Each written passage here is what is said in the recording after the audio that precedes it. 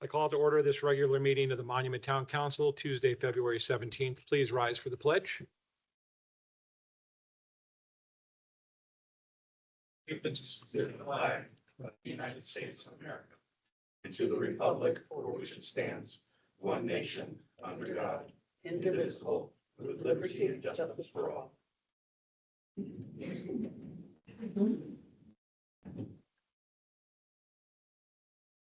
Ms. Erickson, will you take roll, please? Mayor LaKind, Here. Mayor Pro Tem King, Here. Councilmember Smith, Here. Councilmember Fiorito, Present. Councilmember Chronic, Here. Councilmember Kimball, Here. Councilmember Abbott. Here. Thank you. Okay, we have any conflicts of interest? Mr. Cole, welcome back. Thank you. I have received no conflicts of interest disclosures for tonight's meeting. Would you like one just to make yourself busy? Not at all. I prefer none. Okay. Seeing none, and before us, we have an agenda and a consent agenda. Are there any concerns about the agenda, consent agenda? If not, we'll look for a motion. I'll make a motion to approve the consent agenda and agenda as presented. Second. Ms. Erickson, we have a motion and a second.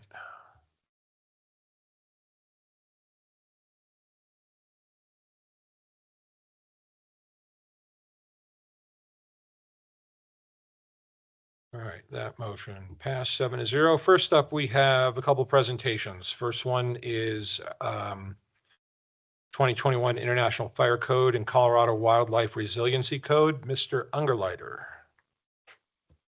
Didn't know that you moved from planning to fire. I'm moonlighting, so You're very talented. thank thank you, Mayor and Council. So I just want to do a quick introduction. Division Chief Bradley is going to really cover all the topics that are relevant tonight.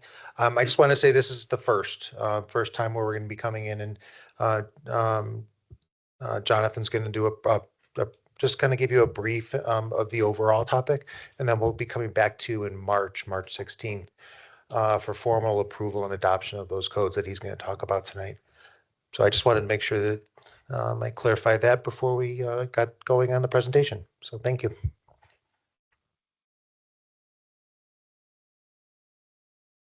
Mr. Mayor and Council, thank you for the invite this evening.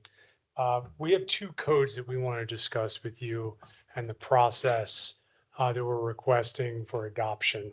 The first one is the 2021 International Fire Code. The district is currently operating off the 2015 and the building department, and we'll get into this a little bit, is operating on one cycle ahead of that. We'd like to align. And the second one is the Colorado Wildfire Resiliency Code that was passed by the state in 2023 to address some of the extreme wildfire losses that we've had in this state over the last 20 years.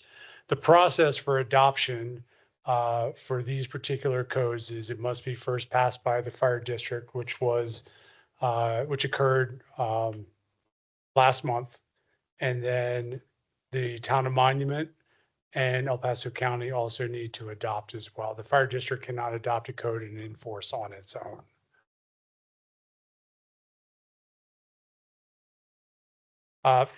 So while that's thinking, one of the things that's unique about this process this year is we have engaged in a regional fire code amendment adoption process. It's the first time that this has occurred in El Paso County, where the fire agencies have gotten together and attempted to align their fire codes with other agencies and along with the building code. Hey, Will? So I'll keep talking. The other thing it does is it creates standardization. If we get on the same cycle as the building code, then there's fewer discrepancy for the builders when they're putting in their plans to the regional building. It matches up with the fire code. There's another piece of this that's really important, and why we're asking now is there's timing issues on both codes, specifically for the International Fire Code, is we want to adopt before July 1st. There's another state mandate for energy code that we're trying to align with the building department. That essentially says that if a new building or fire code is adopted within a certain amount of time, then the local amendments will become void and you have to use the state code. So we've been working with the building department to make sure that we adopt a new fire code in a time period that is least onerous on the building department and the builders. So that's why we're here today for that. Stand by. Looks, What is the issue with the tech that we can't get a presentation up?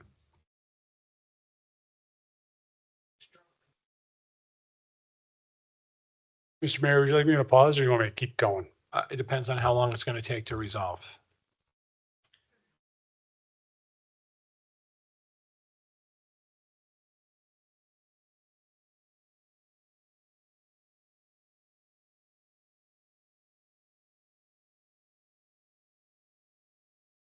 I mean, we can follow along with the PDF, but the rest of the audience can't see it, Okay, and the people online can't see it. okay, I'll hold for just a second.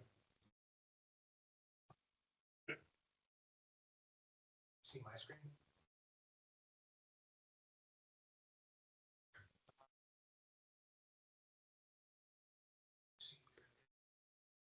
I could ask a couple questions while we're waiting. Yes, sir. And you might be covering these, but as long as we got this airtime here. So is this code, does this have a lot of hardening in it? As The far as new wildfire construction? resiliency code does. Mhm. And I do have an exhibit in the presentation when it comes back up at the overview of the map, the state map that covers the town of Monument. So there will be areas in Monument that are not designated in the WUI. Then there's class 1, which is the least restrictive, and class 2 is the most restrictive.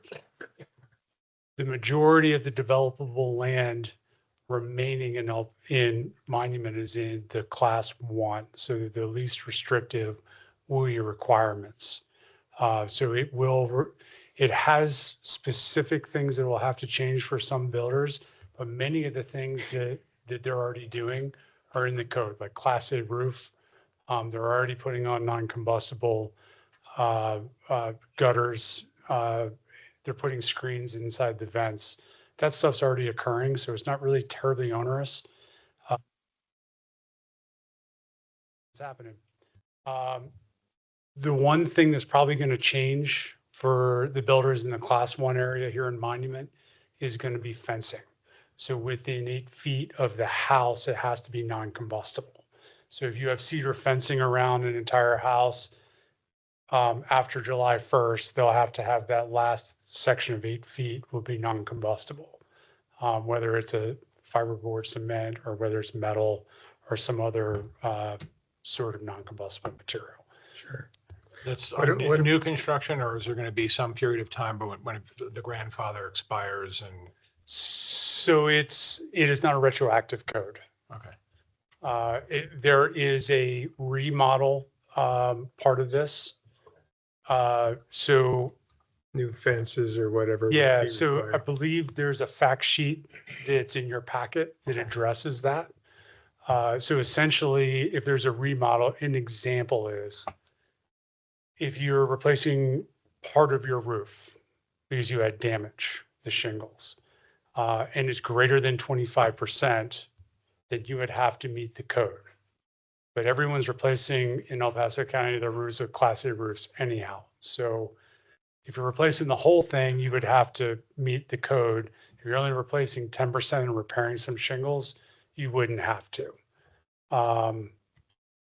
Is that No, siding is the same? I'm tracking the shingles. Yeah, The fencing part.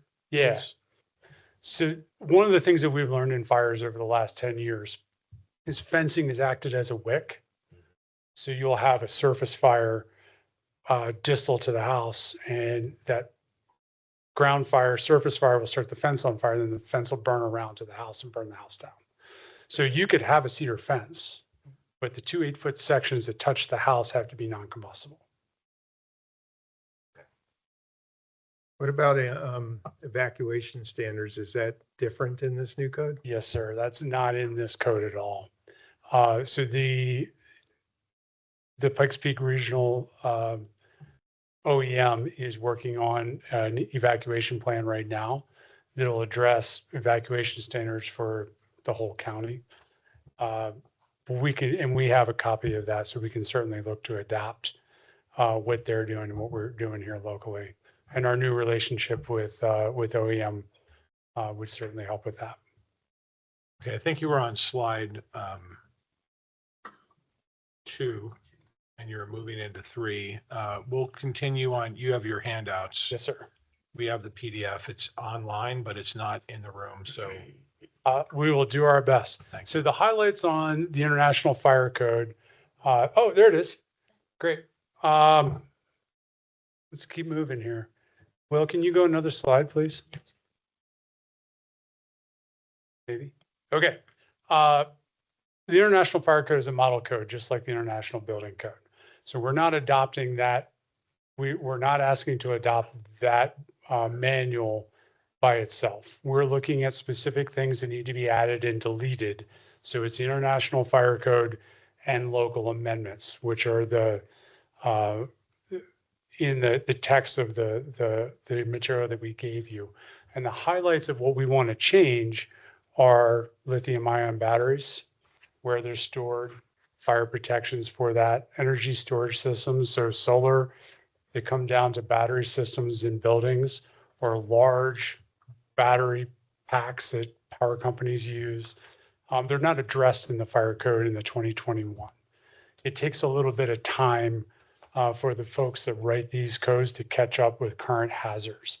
So the 2024 code that is actually currently out is not adopted here locally, addresses those things, but not in the 21. However, we have those hazards in just about every type of building that we see built in Monument right now.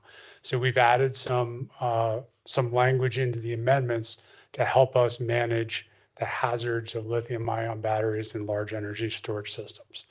The other thing that we want to standardize is emergency access and firefighting water supply across all of the fire districts. So the 17 fire districts and the 4 municipalities that participate in this process will all have the same water supply and emergency access that we're proposing to amend into this process.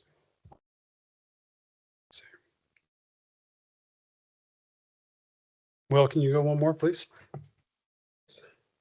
Okay, then the next one is the Colorado Wildfire Resiliency Code.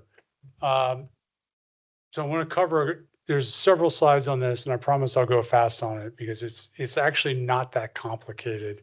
But I want to make sure that we give you a good picture of what it is.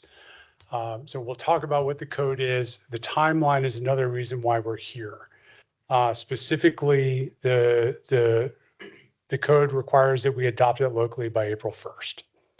So that's where we'll be here giving this presentation. And the next time when we come to ask you to adopt is to meet that timeline. And I'll talk a little bit about why the code is good for the community and then how it's going to work here locally. One more, Will? Okay, so this law was passed in 2023, and then the code board, which is made up of fire professionals, folks from industry such as those that make sprinkler systems, the building industry. So like Classic Homes has people that are on that board. County planners, they have people from building departments, they have state government officials, local government officials, and they spend 8 months putting together a code to address fires in the wildland urban interface. It also adopts a map that comes from the Colorado State Forest Service, and it tells us what the fire intensity risk is. And it's going to apply to new construction and some remodels. Try one more time here. It's working. Okay. So here's our timeline. we're asking for adoption by April 1st by this board, and it will go into effect on July 1st. So the way that we are interpreting this is anything that's permitted on or after July 1st will be subject to the code. So here's what it's going to do for us. We are really struggling with creating a standard for how we're going to protect our communities in the wildland urban interface across jurisdictional boundaries. So that's really what was the impetus for this, especially after the Marshall Fire in 2022. The idea is it creates, using industry standards, NFPA, Colorado State Forest Service, U.S. Forest Service. What are the things that best help homes survive wildfires? The other thing that we've found too through this process is we've found that there's a tremendous amount of underinsurance for folks that experience wildfires. So the best thing we can do is prevent large loss of homes in wildfire situations. And it also gives us an opportunity to educate our community to why we're doing this.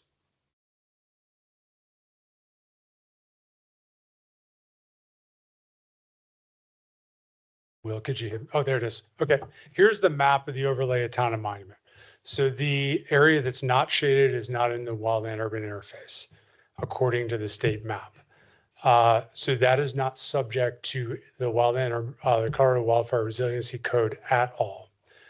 The yellow is class 1, that's low risk, and then moderate and high risk, according to the state map, is class 2. So you will see that there's no high risk according to the state in the town of Monument. The vast majority of the developable land is in the class 1 area along the interstate.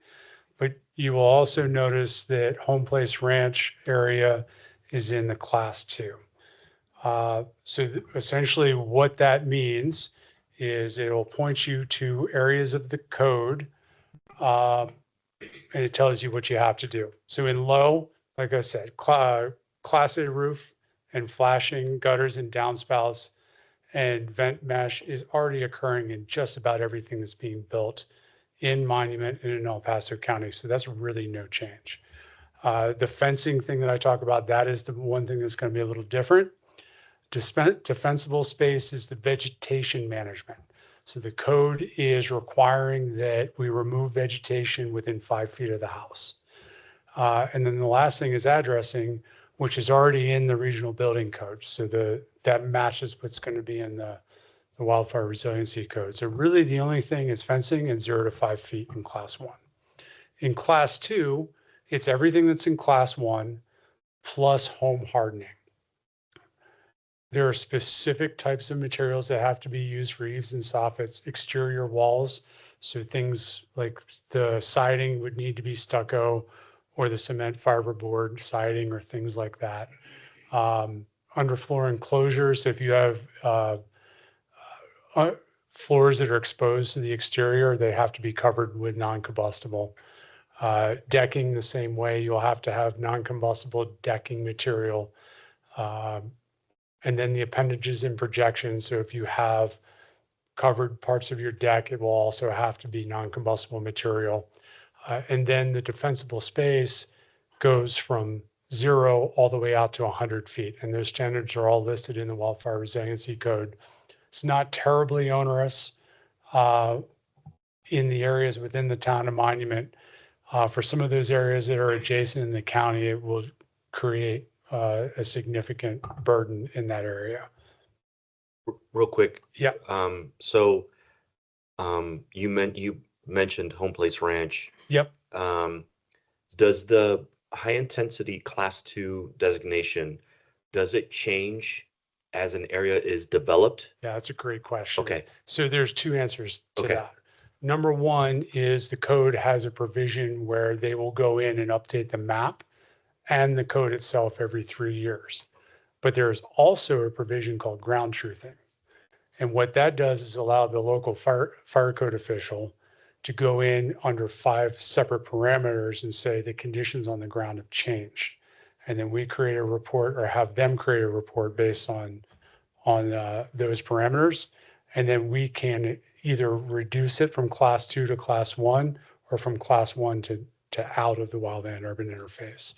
And we are actually currently working with one developer right now to pilot that ground truthing along Jackson Creek Parkway. And the reason why we chose that specific area is because it's bounded on the east side by an urban designation that's not in the WUI. And then every blade of grass has been removed from that property. On the north end is 105, and then obviously on the west is bounded by the interstate. Okay. So yeah, that gives us a little bit of flexibility, but we got to follow the parameters, our vegetation, weather, slope, 300-foot radius within there. So what kind of vegetation is within 300 feet of the furthest out part of the property?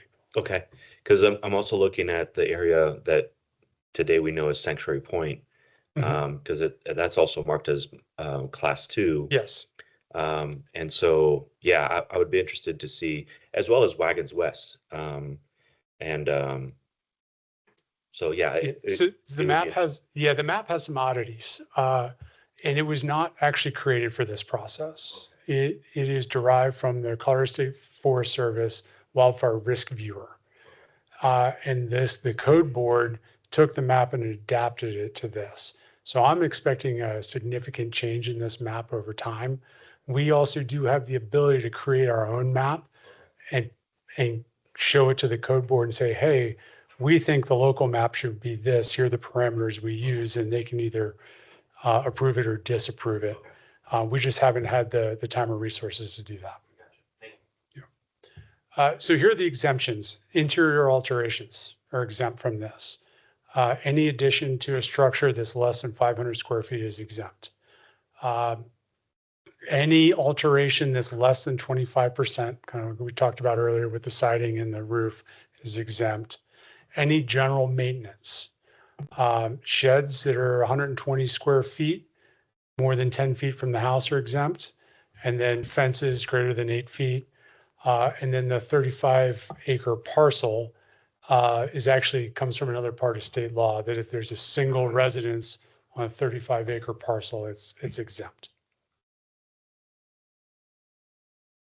Okay. I think I've been kind of talking a lot. So this is essentially, we've already kind of covered this.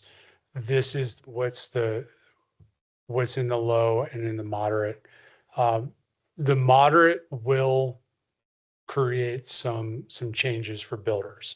They're estimating anywhere from a 3 to 6% increase in cost on a house.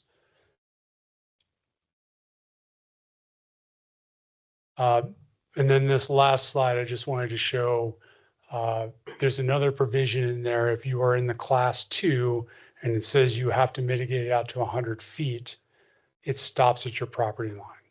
So if you have a 25-foot property line, you don't have to mitigate into your neighbor's property.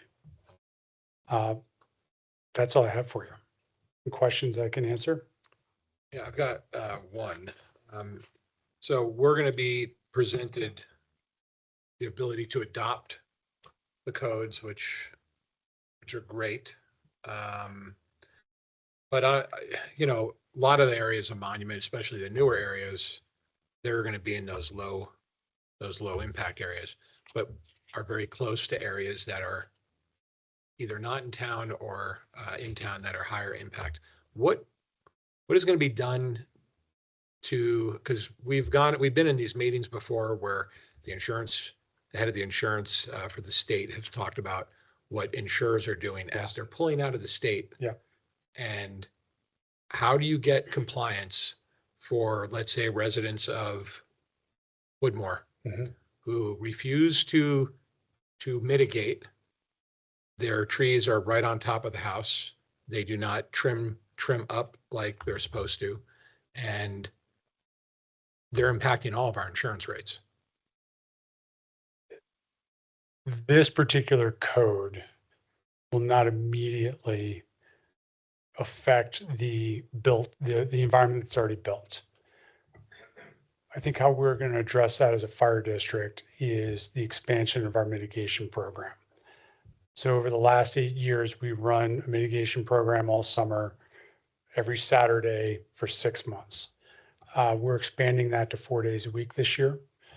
And our goal is to continue, as we have the resources, to work with the neighborhoods, to begin really digging in and removing dangerous vegetation. There's another neighborhood adjacent to Woodmore that I spoke with today, and they have a ton of work to do and they know it. Sometimes they just don't know where to start. But we are creating some relationships in those neighborhoods, and we've actually gotten the county involved, both county wildland and public works, to begin clearing out the rights of way. It took us decades to get into this problem. It's going to take us decades to get out. But the more work that we can do every year, we're going to start to see some reduction in this really dangerous material. I wish I had an immediate fix for you, but that's one thing that we can do. Some of the data that we're gathering through this actual code adoption process, we're hoping to use to apply for large grants. We need some big dollars to really put a dent into this, because it's not just individual properties, it's going to be community-wide, neighborhood to neighborhood. I don't know if that's a great answer, but that's the one. No, I I have. just was wondering if it was on the radar. Yeah. Thanks. Any other questions, comments? Great stuff you and the team are doing.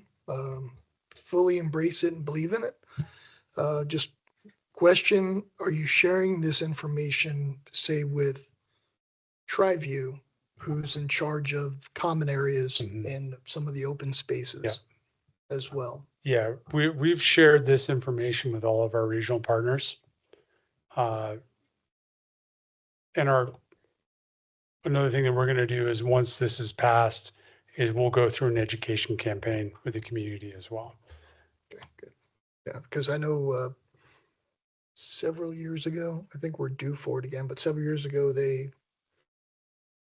I know you guys were there doing the inspection of some of the open spaces where they brought in a Yeah, bobcat. they with brought a- a masticator. Yep. Yeah. Yep. And they did a buffer, 20-foot buffer, 15-foot buffer, however far they can go. Yeah.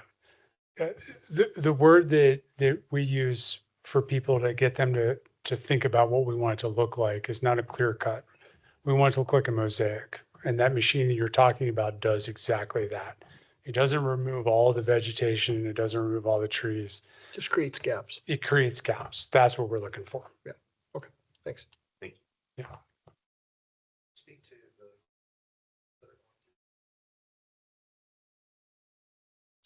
Yeah. So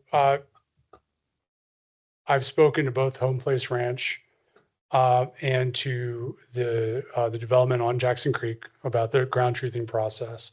There's a proposed residential development in the southwest part of the town, south of the Eagle Rock distribution, and they know, we've already let them know that they're in class 2, and they're intending to comply with the class 2 rating there. So they'll build those buildings should they be approved to the most stringent building code. Other things that are occurring, the commercial developments are happening on either side of the interstate. Meritage is one as well. We made sure that we shared with them the vegetation requirements because they're going to be in class 1. Again, the roofing material, they're already going to build with that stuff. So we've kind of gotten ahead of this, and we've let developers know over the last year, hey, if you haven't looked at this, be aware, July 1st, 2026, everything that you permit after that will be subject. Cool. Thank you. Okay? Thank you. Thank you. Thank you.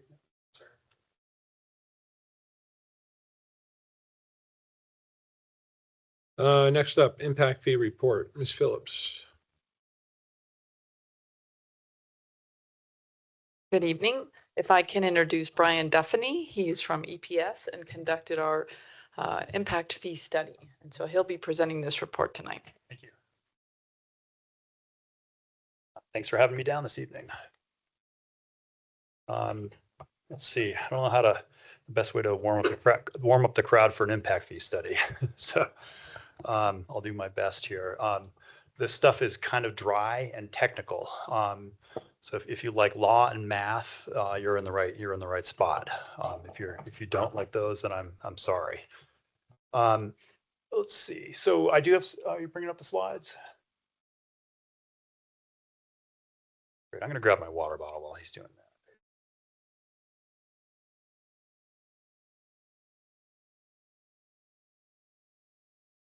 Dry air, high fire danger, right?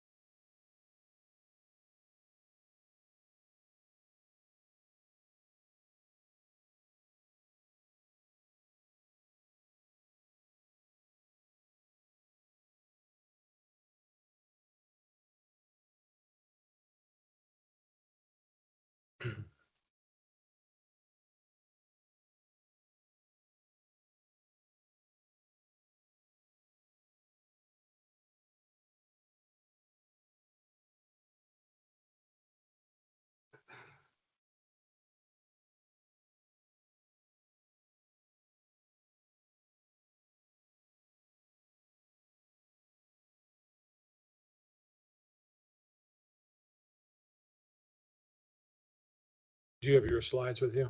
I do. Yeah, I can just start rolling. Please. I can start rolling. So introduce myself again. Brian Duffany. I'm a principal at Economic and Planning Systems. I'm based in Denver. Our firm, we are a land use economics consulting firm. So we help communities answer questions and solve problems that involve real estate development, land use policy, and kind of their local economies. So one of the things that we do are impact fee nexus studies. We do a lot of sort of infrastructure funding and financing work and looking at revenue sources and helping communities figure out how to pay for things. And so we were asked by the town to examine the current impact fee program and look at some potential modifications moving forward. So I'm going to talk about the kind of background of impact fees and a lot of the legal restrictions around how they can be used. Talk about a recommendation that we have for that you could consider for moving forward with a new police impact fee, and then an explanation of why we're not recommending moving forward with other impact fees and other categories. So I'm on. If you're in your packet, I'm on. This one is called, it says, what are impact fees? So it's numbered slide number 3. So impact fees are, this is fundamental. They're charges on new development only. Existing development does not pay impact fees. So they're charges on new development to pay for capital costs that are directly related to growth impacts. They've been, I think they became popular, sort of, I think in the 80s and 90s as a lot of communities around the U.S., especially the West, were really growing fast and needed a way to keep up with their infrastructure funding with growth. So they're really part of they've heard the phrase "growth pays its way," right? So it's a kind of a growth pays its way policy. It's the thing with impact fees is that they're pretty limited in what you can spend them on. They can be spent on capital projects or capital equipment, capital improvement, capital things, useful life of 5 years or more, I think. So projects like that are needed to serve growth. So you're maintaining your level of service as you add people, as you add jobs in the community. And they're projects that have a sort of a community-wide benefit. They're not projects that just benefit a single development, which that developer may have had to maybe ought to be providing as part of their project. They can't be spent on maintenance projects, operations, so like staffing costs, things.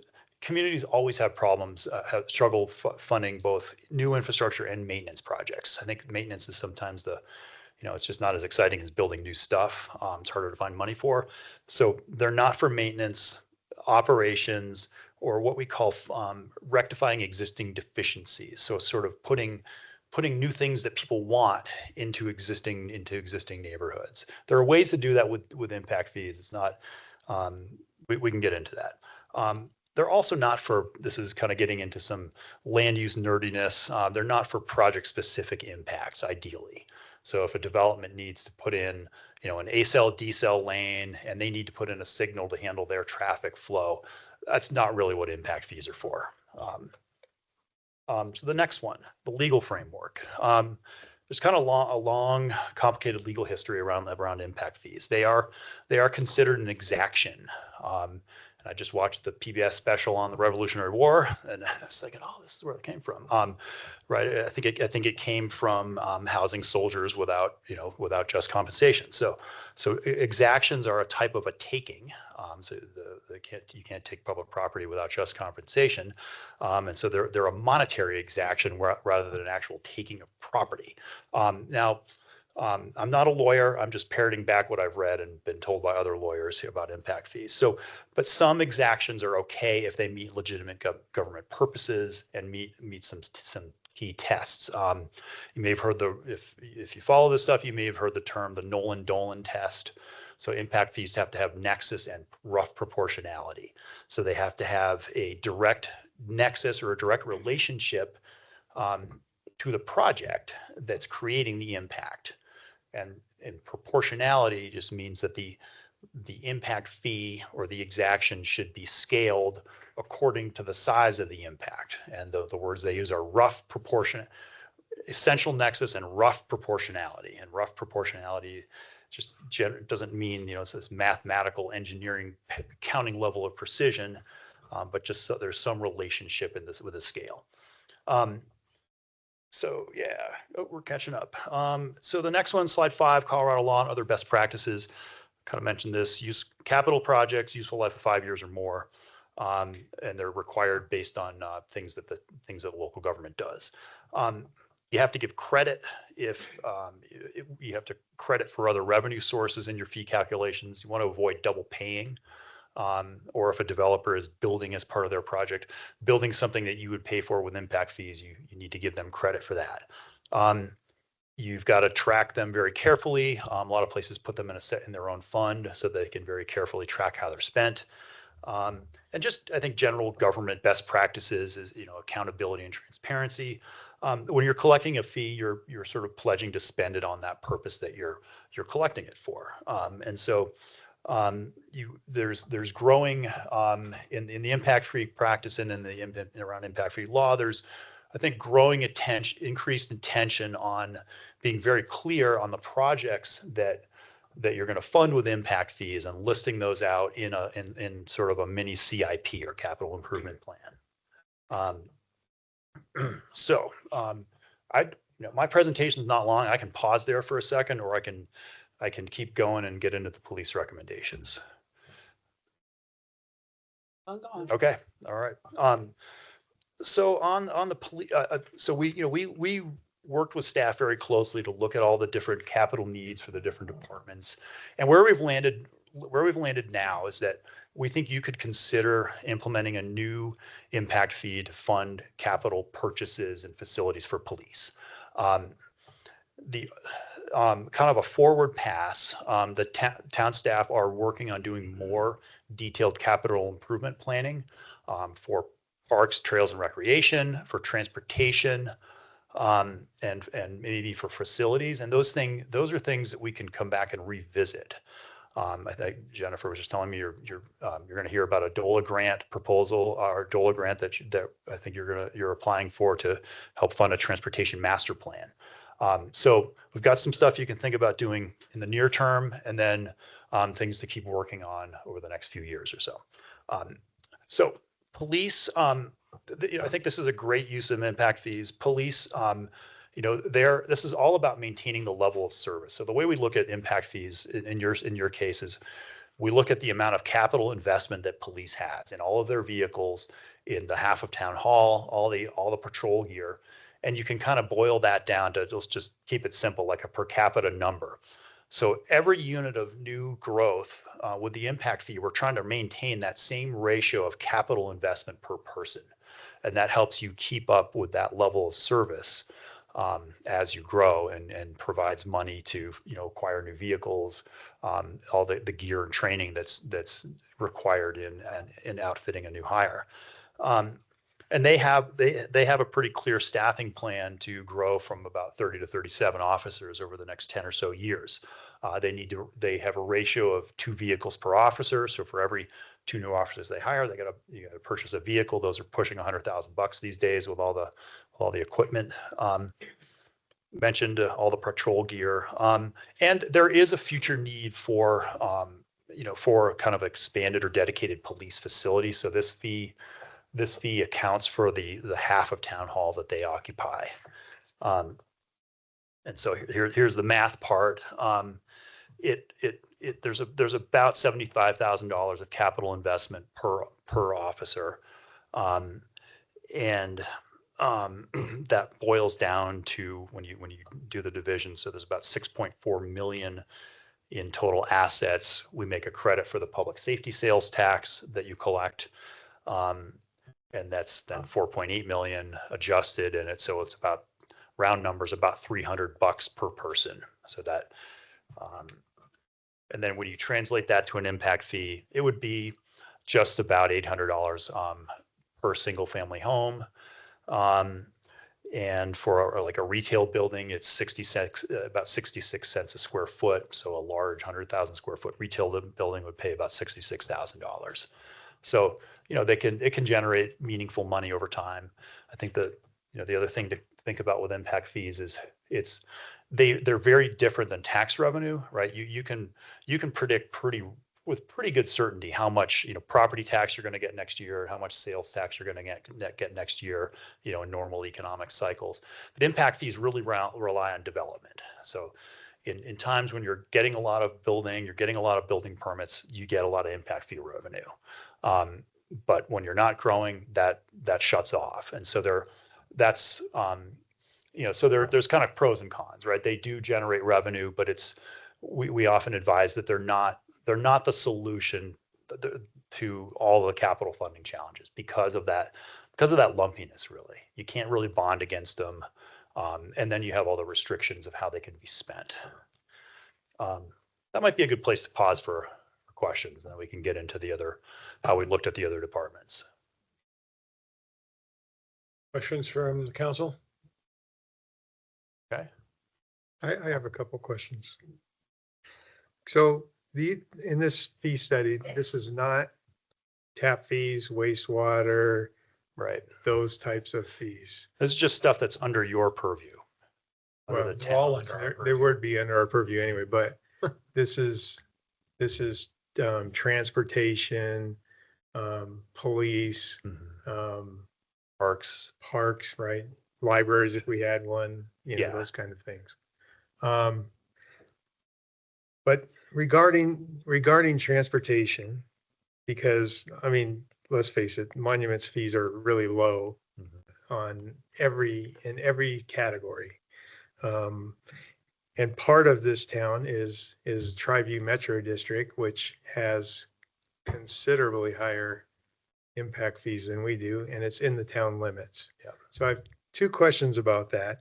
One is, that's where predominantly the building is going on, is in the Tri-View Metro District. And we have a road, Jackson Creek Parkway, that desperately needs to be expanded.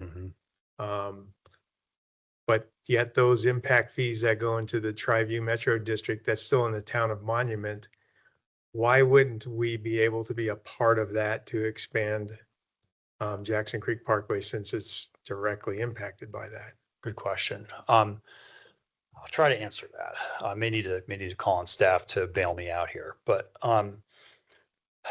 so one of the things we're looking at is I think there's an existing fund balance in some of the impact fees. And so we're looking into whether some of that existing transportation impact fee fund balance could go towards that Jackson Creek Parkway project. The I think one of the challenges with the transportation fee in Monument is exactly what you described. So much of the growth is in Triview. And my understanding is they're sort of responsible for funding all of their own infrastructure.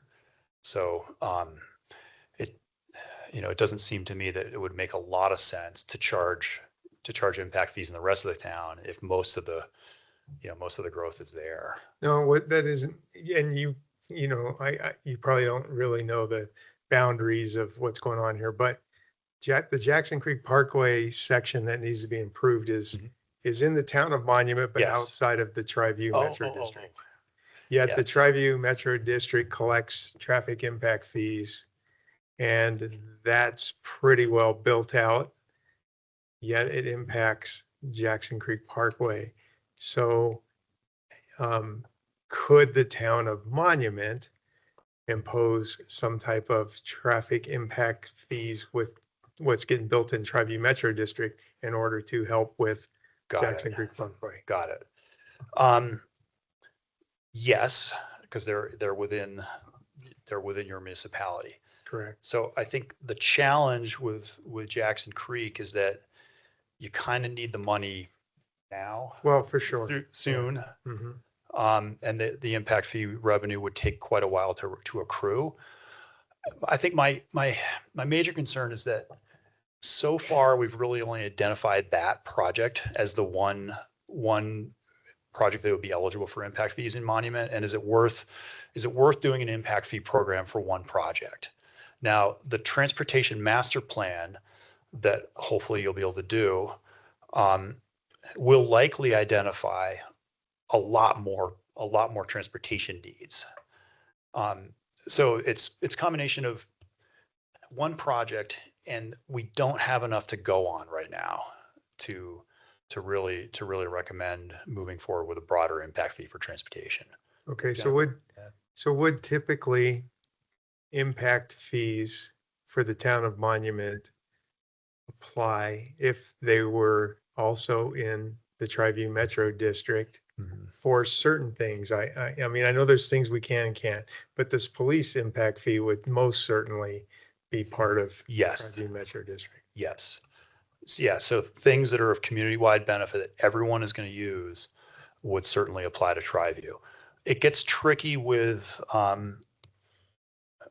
things like parks. Now, I'm gonna shoot from the hip a little bit. So sometimes with metro districts, they're building their own neighborhood parks and trails, but they're not building larger community or regional parks. So they may not, it may not work to have them pay a park impact fee for, these smaller scale local parks. But it may make sense for them to pay an impact fee for something that's, a regional park that, larger, more specialized facility that everybody uses, or a rec center, things like that. Okay. So you have to really look fairly granularly at the types of projects and compare that to what they're paying for already. Gotcha. That was a hard question. Thank you. Oh, thanks for the answer. I do have a question kind of related to what Mayor Pro Tem King mentioned. So, excuse me, you mentioned that it cannot be spent on maintenance, but you can spend it to maintain the level of service as the town grows. Yeah. So developers typically will build parks and trails as part of a development. Whether it's Triview portion of Monument or all of Monument, we do have to maintain those parks because we have more families using those parks. Is that considered maintenance, or is that considered maintaining the level of service to where we can spend park improvement fees to maintain the parks? Yep. maintaining the parks, mowing, grading trails, things like Okay. that, that's maintenance. Okay. That is not an So impact. improving, for example, we upgraded Limbach? Limbach Park. So that would be considered maintaining the level of service versus just maintenance. Yeah, it can be kind of project specific. So you have to be able to say with a straight face, the project we're doing increases increases this park's capacity for more people to use it, right? Increases safety. Um, Increases safety or improves safety, but it also enables greater use and better use of that park. yeah, Another way to look at it is it has to be a capital improvement with a minimum life of at least 5 years. thank you. Okay, So gotcha. Okay, capital improvements, minimum life, Okay. 5 years. If it's more disposable than that, or if you can't really get it in that capital improvement category. okay. Thank you. Any other questions? Yeah, it gets complicated with metro districts, and that's yeah, next slide, please. So this is just a really kind of simple like thought exercise of how to think about impact fees. So if you're looking at, we reviewed the kind of draft CIP list that the town maintains, has a lot of projects on it. And it's a lot of money that the town would like to find, and we understand that. But as town attorney noted, you've really got to consider the legal restrictions around the impact fees. So it's pretty simple. Is it needed? Is it a growth impact? If yes, then it can be an impact fee project. Is it a capital? I should have put that on here. Is it capital? If yes, then impact fees are okay. Maintenance, no. So that like you mentioned safety, and my radar went up a little bit. So that's there, like retrofitting things into existing neighborhoods. So a lot of communities want to put sidewalks into neighborhoods that don't have them. That's not really an impact fee project. That's retrofitting, a deficiency that from past decisions. There are other ways to do that. They're hard. If it's already funded or if it's developer's responsibility, it's not, why would you pay for it anyway? So the next one is parks and trails. So this one is kind of hard to look at because it's $26 million of stuff, but it's really mostly wrapped up in the desire to have a pedestrian bridge over I-25, which is a $20 million project. And it just if that's a big cost. We don't know a lot about where that would be sited. If it's, how realistic it is for it to be completed. And so if you started collecting fees for something like that and didn't have enough other things to divert the money to, you might be at a little bit of risk. And so we really thought that once you take that out, that we still have a lot of other projects that are maybe not super well defined yet. And it's unclear if some of them really are growth related. And so, so we're not recommending any changes to your park impact fees at this time. Now the comprehensive plan is underway, right? I think that's going to be addressing parks and trails a little bit. The transportation master plan could be scoped to address things like trails and multimodal connections. So don't give up, right? There's work to do. And we can absolutely revisit that in a little while. So facilities, similar story. It was a lot of maintenance projects. I think that the two clear facility needs are a police substation, something for police, and we've baked that into their impact fee. So we're kind of good there. A new public works shop is needed. Now, the trick with that one is it's replacing existing, and so we're gonna have to figure out, what's the net new capacity that this facility is going to create. We need to figure out what portion of, TriView maintains all their own stuff. So we're just sort of whittling down the eligible portion of this facility that you'd be able to pay for impact fees, and it just may not be worth it. That's something we could look at in a little more detail if you'd like us to. But we've thought about it quite a bit with on our own and with staff, and we just don't think it's worth the juice isn't worth the squeeze there yet. But I think as staff is continuing to work on a CIP, a more formal and defined CIP, there's probably going to be other facility needs. So if police moves out of this building, I know there's issues with how you handle municipal courts, and so there's thought to do on how to reconfigure some of those facilities, and those may be good impact fee projects. Transportation, we've just a little bit to add on that. So we have a transportation planner as a sub-consultant on the project with us, and he and I looked at the project list we had. We looked at a bunch of maps. We looked at Pikes Peak area. I can never say this one. PAPACOG, Pikes Peak Area Council of Governments, their project lists. And nothing really jumped out, but just at a more basic level, you just look at the map in here of the town boundary. We're kind of hemmed in by a lot of unincorporated development in El Paso County. Not stuff that in my humble professional opinion that would be in a lot your interest to annex. So there's just not a lot of need to extend major roads to connect to this stuff. And those are really the kinds of projects, things like Jackson Creek, but at a more citywide scale, a townwide scale that you would spend impact fee money on.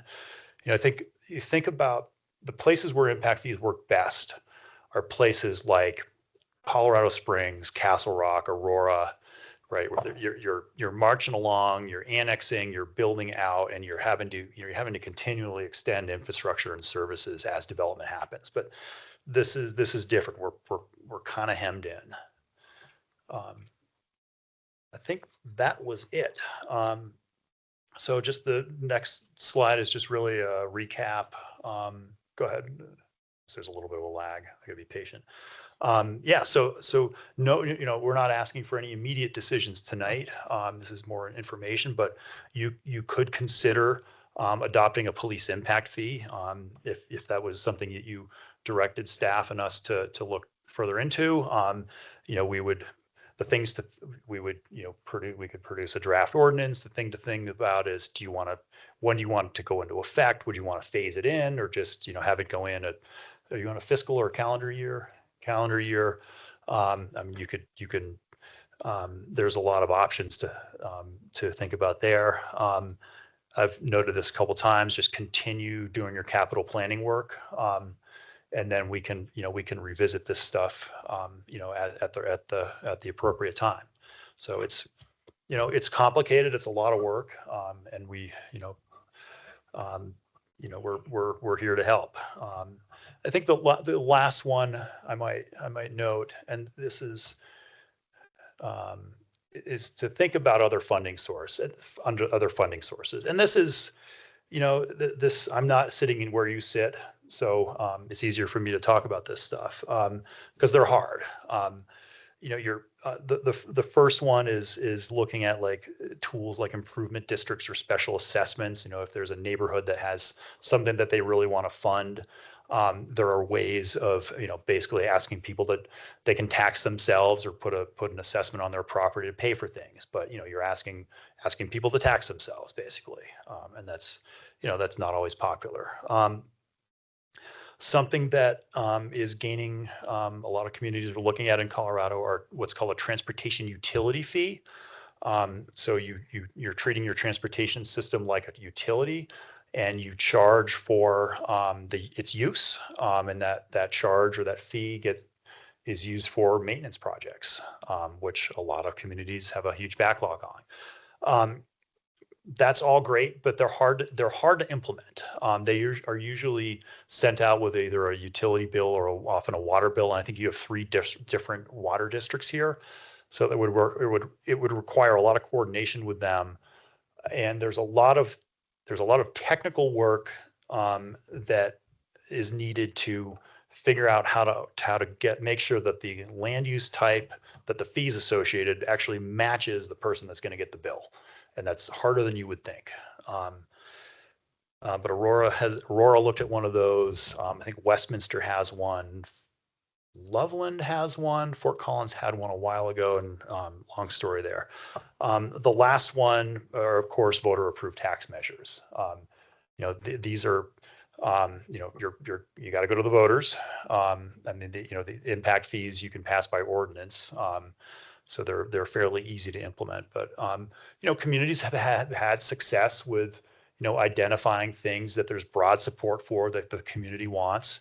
And it's often not going to just be parks or just transportation, but a good mix of things that the community wants. And you go to the voters for a 10th quarter half-cent sales tax that you can then bond against. Commerce City has I think had a really good innovative program around that. They picked, I think, half a dozen projects or so, a lot of rec centers and also a lot of drainage projects and stuff like that. And they did it. So that's all I have. Happy to take other questions. Questions? Comments? Thank you for this. I'll ask you one more question. Sure. So on other funding sources, in regarding development, we don't have a building department. We use a regional building department. And so we don't have that revenue. And that's, pretty much the whole county's like that. Building permit fees. Building permit fees, right. Yeah. Is there, would that be considered an impact fee or some other type fee if there was a charge on a building permit fee that went to some type? I guess it would, it's all impacts, right? So would that be considered an impact fee if we somehow added a fee Like a to a third building charge. permit, or could we even do that? That's a good question. I don't know if you could do a surcharge on building permits. That's a great question. You do? Okay, So we'll look at that in the fee study. Okay, great. thank you. Great, thank Okay, you. you're welcome. Thank you. Great questions.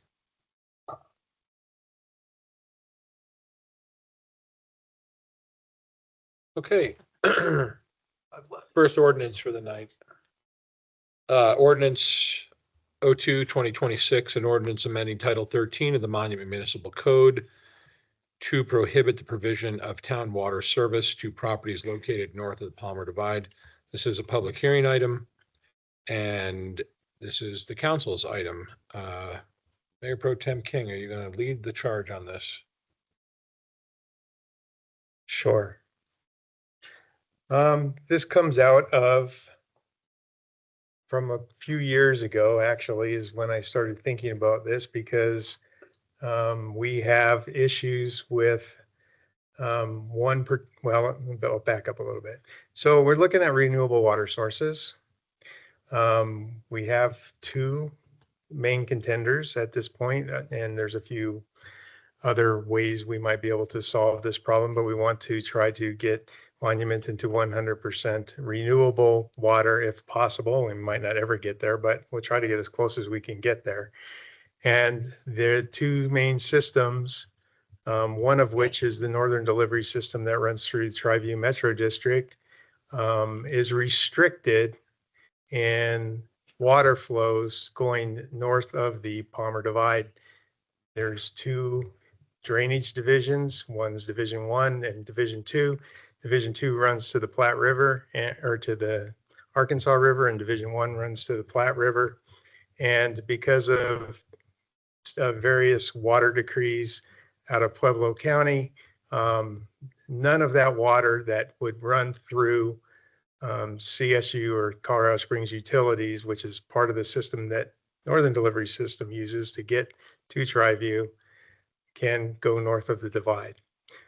So rather than fight them or have to go through a 1041 permit process, which is lengthy and expensive, at this point in time, we need to just restrict any municipal water from going north of the divide. So then we'll never have to deal with that issue should we choose the Northern Delivery System.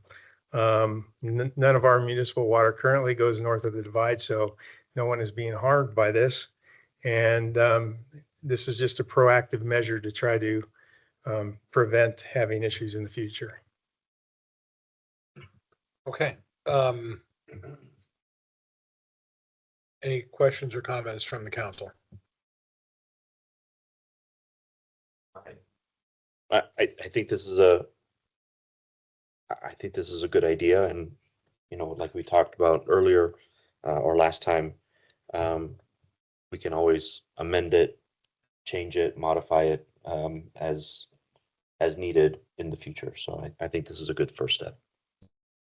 All right, well, this is a public hearing item, so I will open public hearing for those who are here at Town Hall that would like to speak for or against this ordinance. Is there anybody here? Okay, seeing none, I will ask Will if there is anybody online. No hands raised, Mayor. All right, then we will close the public hearing. Mr. Cole, we can bring it back for a motion, right? This doesn't have to be read 18 times or anything like that. Okay, You can consider it right now. all right, well, then let's consider it. Anybody have any other questions or comments from the council? Sorry? Oh, we'll have a proclamation soon for him. All right, so I'll allow it. Yeah. Take away my reading. I know, we don't, have to- well, we got rid of that rule, so. All right, so I'll look for a motion then.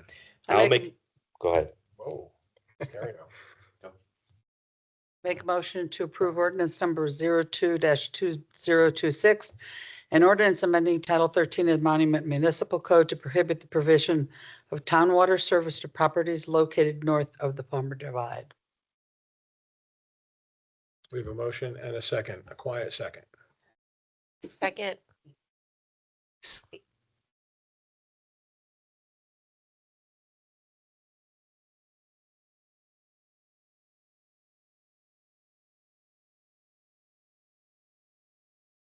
And that motion passes 7-0.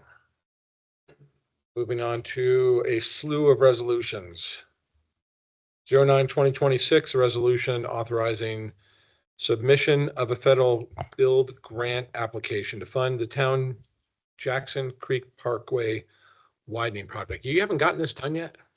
I just drove on it the other day. It looks wide, We're trying. wider than it was.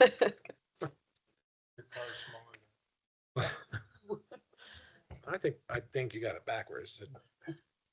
All right. Good evening, Mr. Mayor, members of the council, Jennifer Phillips, Finance Director, and Dan Ungerleider, your Planning Director. We're here to provide you some information tonight about Jackson Creek Parkway. It's been a little bit since we've had the opportunity to update you on where the project is. I know it is a very high priority for the council and the community. So we wanted to let you know what we've been working on, and we've been working really diligently as a team trying to move this project forward. If it doesn't work, Will, it's okay. Do you have a presentation for this? I do. It's, what page I of the know. packet is it? It's a slide? 2017-2026 Build Grant JCP update. So it's the third one in my packet. Got it. Thank you. Everybody got it? All right. So the first slide basically is just an introduction. I'm not going to read through that. The most important part is the project budget. That's really what we continue to focus on. As you know, we've continued to work on the design. We brought the design to you, gosh, it's been, I don't know, 6 months or so, and we have 90% construction design plans.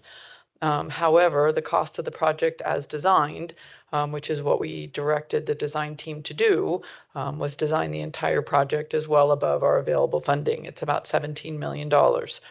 So that's well over the monies we've been able to secure through grants. And so we took a new approach and basically said, okay, we have to figure out what can we afford to do. rather than just holding off and saying, oh, it's 17 million, throw up our hands and say, we'll have to figure out how to find the rest of the money. We also don't want to lose the grants we've secured. And so we took this new approach and said, all right, so what can we do with the monies that we have? And on the chart, keep going, Will. On page, oh, I never number my slides. Oh, no, I did. No, I didn't. 4. On page 4, I've outlined the amount of monies that we have secured and the amount of monies that are remaining currently. And so we have about 7.5 million available for a construction project. And so what we did, one more slide, please, Will,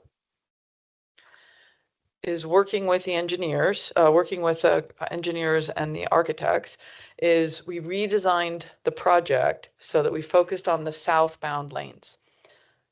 No, we focused on the northbound lanes. And so we're going to wait on the southbound lanes and we'll use the existing lanes as southbound lanes and we'll design the northbound lanes.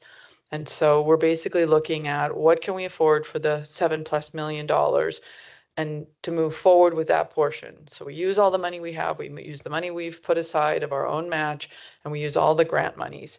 And so that's the approach that we're taking at this point. Next slide. And so we've done some designs, we're working on the storm drain. There's some fairly significant storm drain issues along these properties, along this road. And so we continue to work on the most viable solutions. We're also collaborating with Tri-Lakes Cares, with TriView to make sure when Higbee comes in that we're collaborating on that as well. And so we're trying to do a very partnership type of project. So you can see here, the idea would basically be new northbound lanes and leave the existing lanes would become the southbound lanes. So project schedule for that, we would hope. I'm sorry.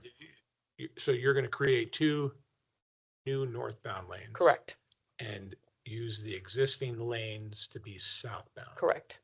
Right. Yep. And when you look at that, you see that's where the new lanes would go anyway, right? Yeah, I just looking at how much right of way is currently is going to get. No, it's already allocated. But you can't see it when you're driving north. I mean, there's lanes there and there's no lanes there. It's grassy. There's the high school, there's the entryway to the high school. Mhm. Okay. So it's the same footprint, just splitting off the northbound lanes and a median. So some sort of swale median. We've had to really value engineer the project. So there was, there are very nice medians on the other side coming off of Baptist. We're going to be much simpler, but we're just trying to figure out how to get this project done. So the implementation schedule, next slide, please. We're hoping to get the bid package ready and get it out on the street by April 26th. And again, this is just for the northbound lanes and the median, sidewalks, those kinds of things. Go through all of that, go through the whole process, potentially start the project in April 2027 and be finished by the end of 27, early 28. So if we're able to do all that, we still have the southbound lanes. And so now we need to look for additional funding for the southbound lanes. So the federal government does have a grant, it's called a build grant, and applications are due on the 23rd or 24th of this month. And we are recommending that we do apply for those monies. One more, Will, please. And then one more. So there's very specific, right? There's a very detailed grant application that we're working on right now.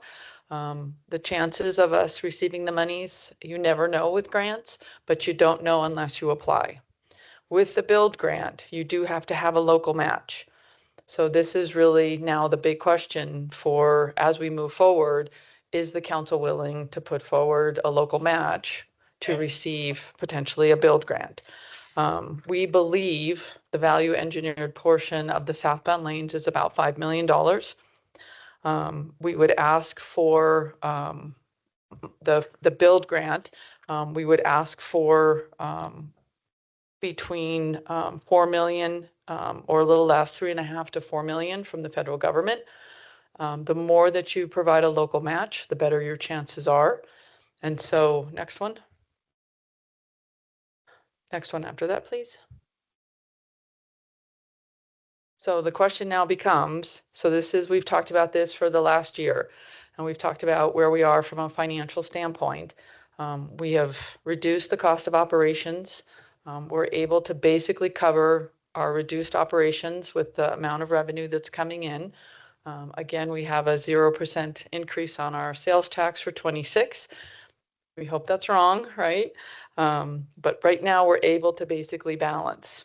The challenge we have continues to be capital improvements. That's what we just talked about with the impact fees. It's all of the things that we aren't able to address with our ongoing revenues. Because we cut back on expenses, and we were very careful in how we budgeted the 26 budget with very, very little capital improvements. It's estimated right now we have about a 60% general fund reserve. Keep in mind that we still don't have an economic uncertainty fund. We do not have an emergency fund, but those monies are not unrestricted. So they are available for use as the council sees fit, and that's within your authority. So if you were to match, you could see the amount of monies that you would need and the impact on the general fund reserve. You would still be within your policy and well within good best practices for a general fund reserve. But we're really looking for your direction. One is, would you like us to apply for the build grant? And two is, how much of a local match would you like us to commit to as part of the grant application?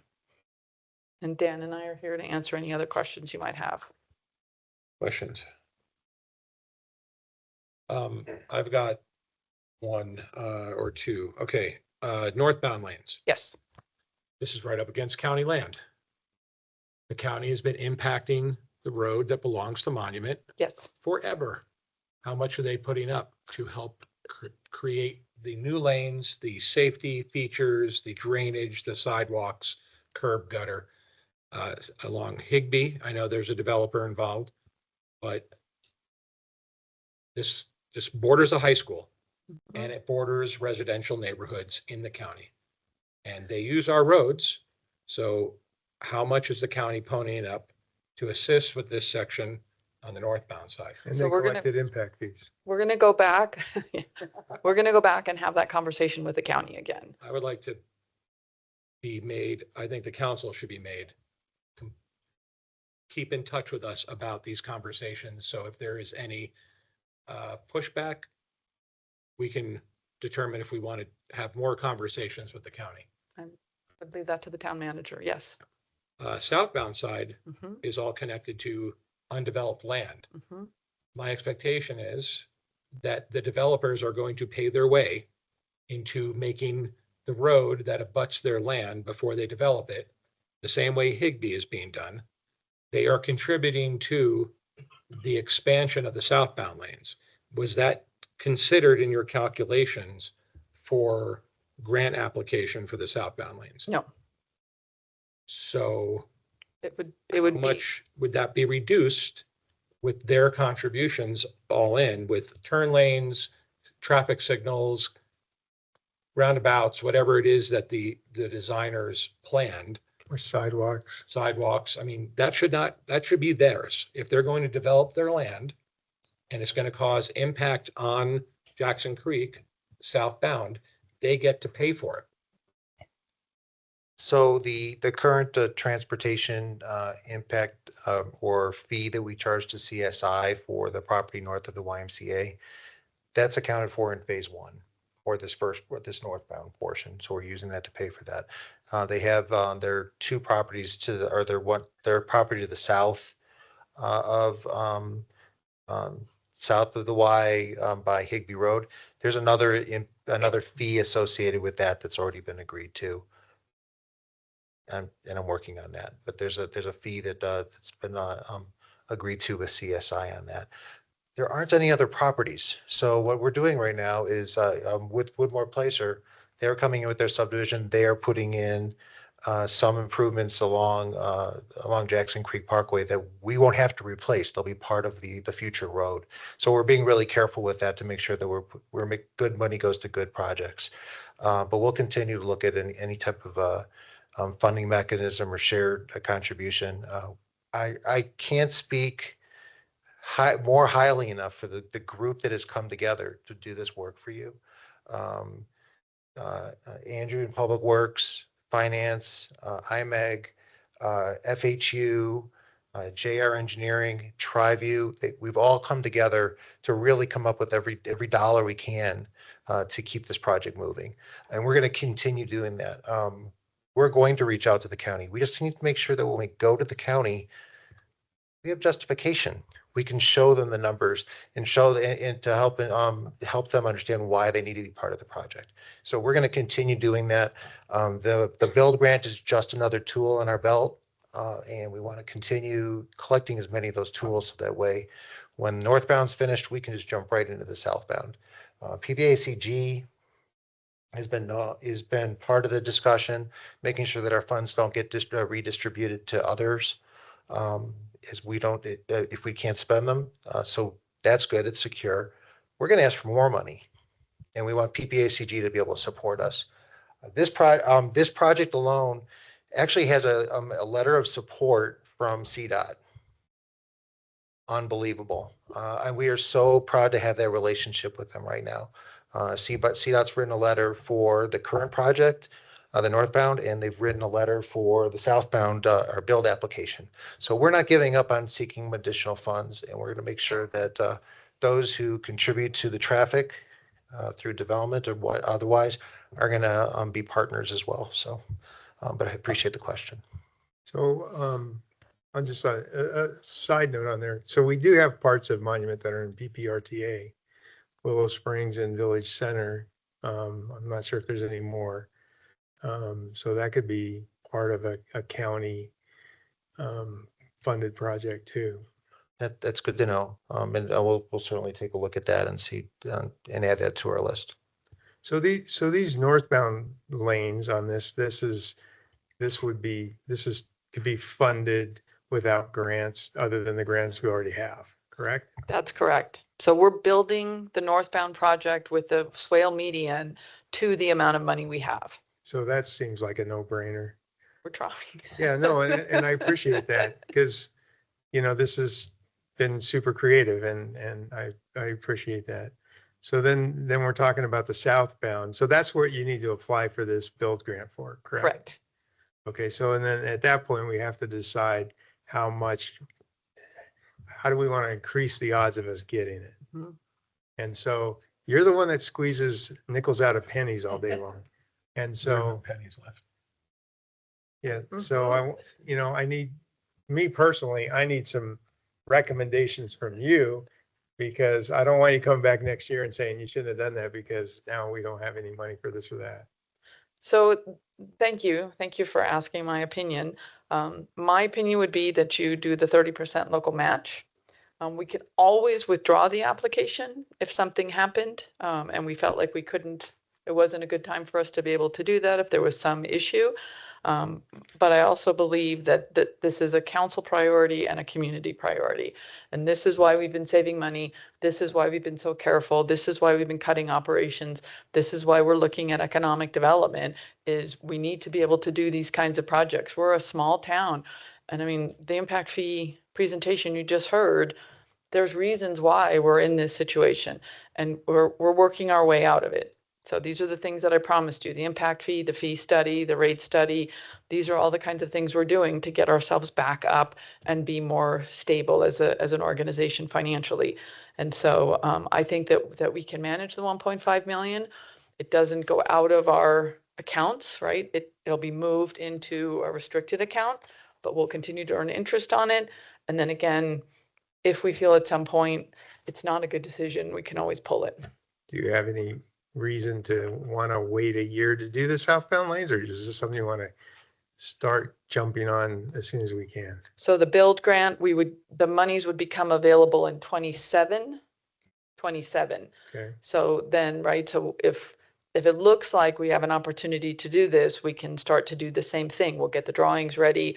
We can go out to bid, right? If once we know we've secured the money, we can go out to bid and we can start getting things rolling. My guess is we would start in 28. That's good. Yeah. And nothing gets cheaper. No, of course, but sometimes you gotta keep cash available too. So You do. if so our money wouldn't go towards this project until this gets funded in whenever it is, 27 or Correct. 28. Yes, it would stay with us. Okay. Correct. All right. Is the final design going to divide the road? Because you have this. The swale? The swell median is gonna go away eventually, right?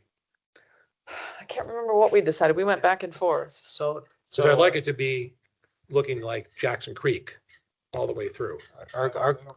our goal to do that, I want to, I mean, we use value engineering a lot, but that I'm going to throw in green infrastructure. There's lots of things that we could do better than what was done in the other sections with raised medians and so on.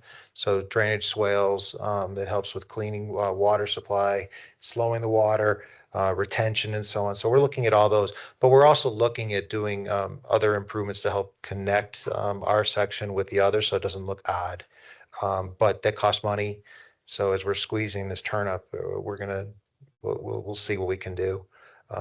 But I don't think what they're proposing now is bad. It's just different.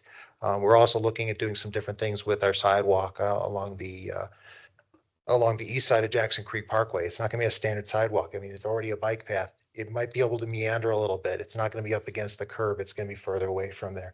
So we're working with Cassie and IMEG to make sure that it's designed differently. So it might look different, but it's with purpose. So we'll show that to you as we're going forward.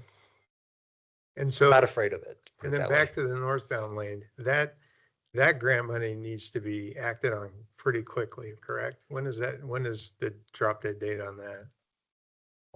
That's a project we got to get going now. Not only because it's the funding is available and it's been assigned to us, we have to spend it. It's also because we have to continue to show the momentum to the other taxing bodies or others that we're working with on this project to show that we can get this thing done. We've been sitting on this project for a while as a community, and we've had to do some significant convincing and reassuring to PPACG and the other holders of the fund, of the cash purse, so to speak, to show them that we're getting this project done. And part of that presentation was that this is the first part. We're not actually calling it a phase. This is the first part, and we're already starting to work on getting the second part in line. So I think it's important that we're showing the folks who are funding it from the outside that we're going to get things done. So this grant money is use it or lose it kind of a. Absolutely. There's I'm trying to PPACG. carbon said they were mitigation. back. Huh? What's that? But PPACG said they CDOT were did. pulling some money. Was it CDOT that said they were pulling money back? CDOT, yeah, they already pulled some money back, and it's not, they reassigned it to those who can spend it. So we weren't able to spend it fast enough, and there's about, I'm trying to remember now, so I'm going to say 20 million, but it could be twice that of projects that have come way over budget that they need to complete.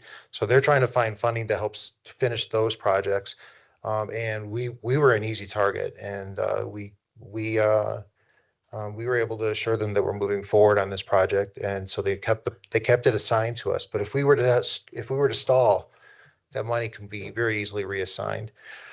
There's also funding out there that if we can't use, it's very possible that funding source will be gone by the end of this year, and no one will be able to use it. So they want to make sure that that the region spends that dollar amount before we lose it. So if we can't perform, they'll find someone who can.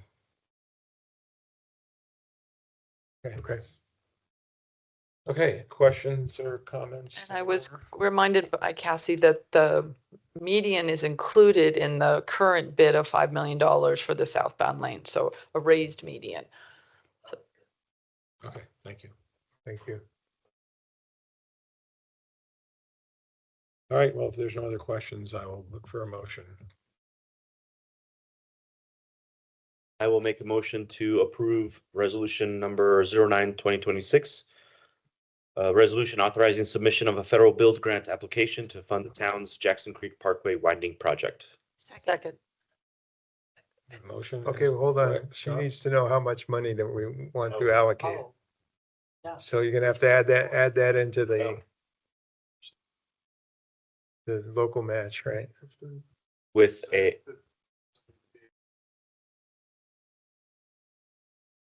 I don't think it needs to be part of the Yeah. Probably should be. There is Yeah. nothing, there's nothing in the resolution to fill in a blank on. Yep. Okay, Let's put it on So the you're gonna record. redo this one to include language Yeah, on the well, dollar amount? yes. okay, so let me restate it then real quick. So I make a motion to approve resolution number 09/2026. A resolution authorizing submission of a federal build grant application to fund the town's Jackson Creek Parkway widening project with a 30% matching grant matching Local funds. with a Local 30% local match. Second. We have a motion and a second. Need to redo this? I don't know, we redoing this on our screen, Tina, or? Okay.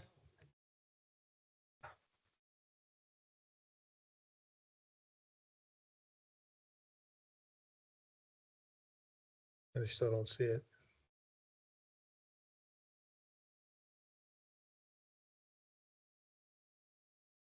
I don't see the 30. Yeah, I don't see the 30%. Okay.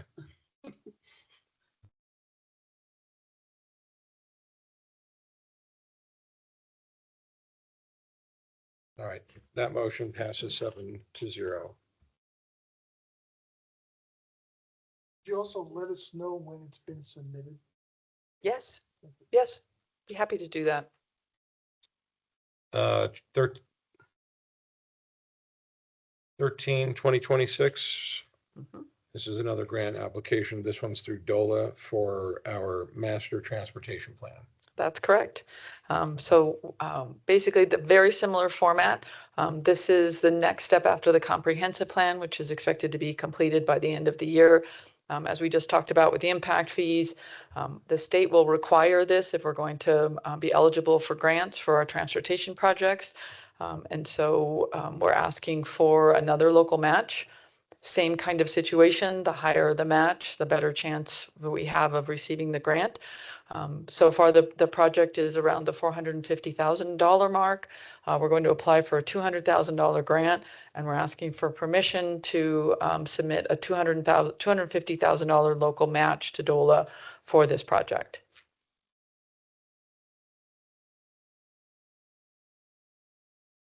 Anybody? Questions?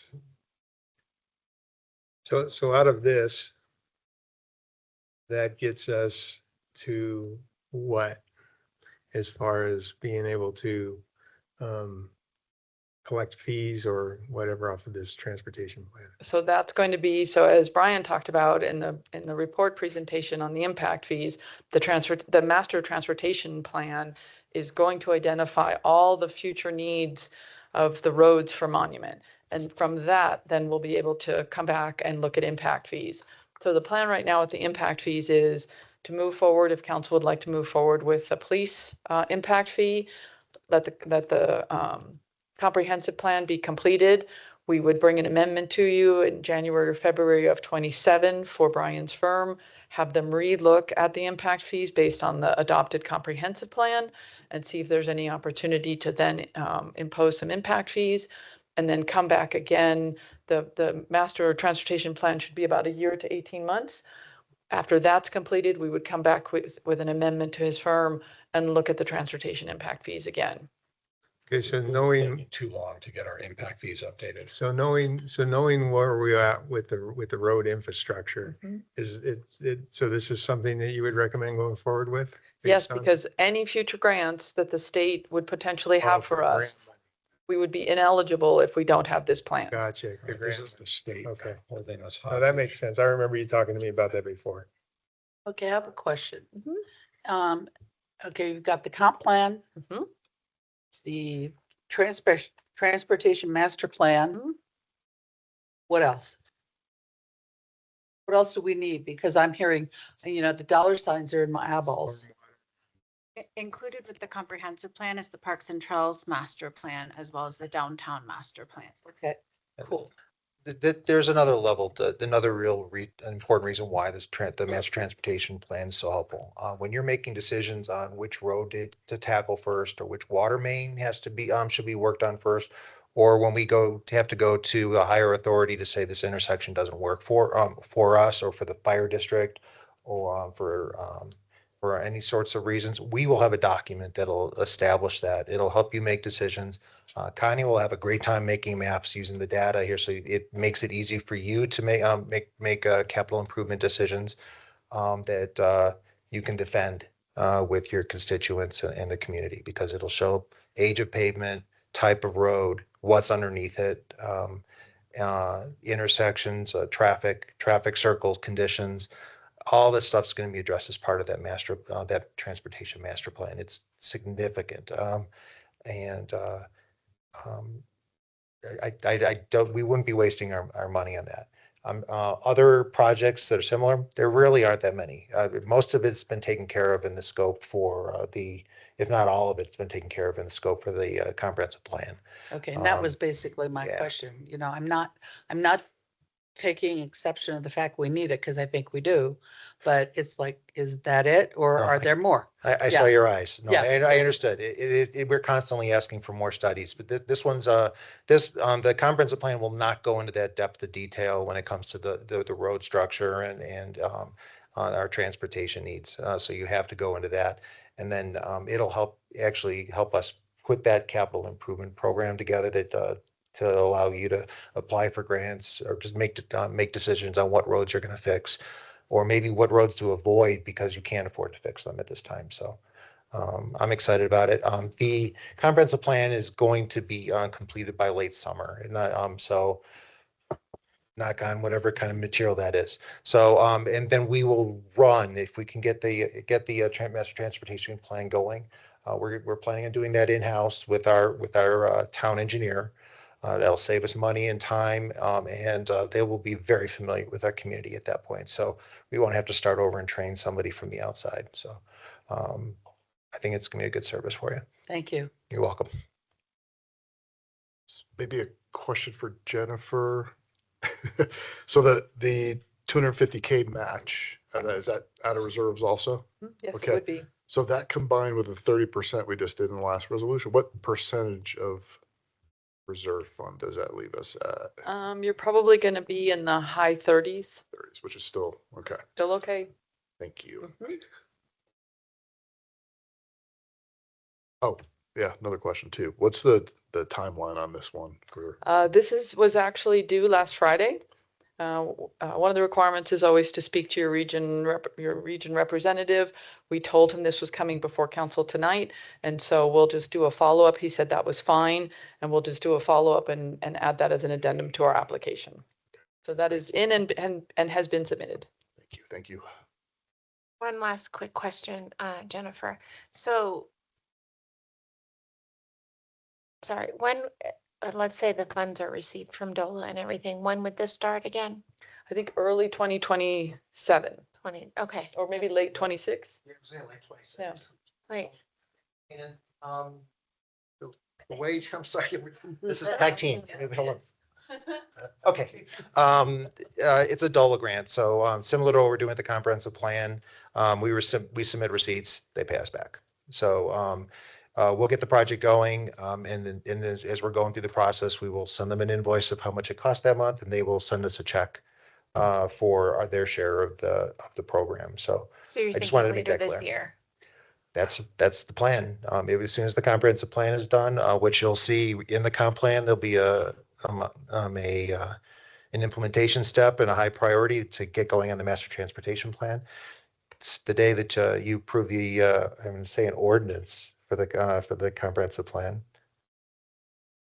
Sure, why not? The ordinance is approved. We will go running on the master transportation plan study. And that will be a public process again. You will be involved throughout the process. So we'll keep you informed that way. Thank you. If there's no other questions from the council, then anybody would like to support this, look for a motion. I'll make a motion to approve resolution number 13-2026. A resolution authorizing the submission of a grant application to the Department of Local Affairs for the Energy Mineral Impact Assistance Fund for the development of a master transportation plan. Second. We have a motion and a second.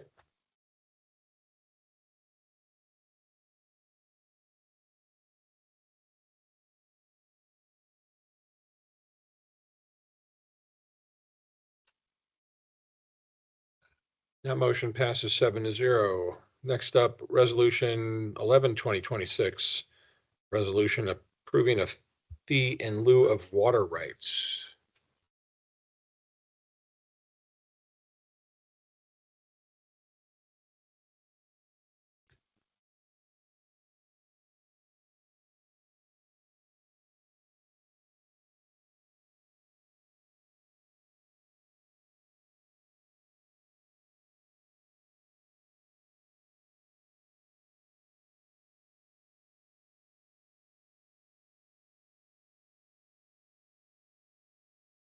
Good evening, Council.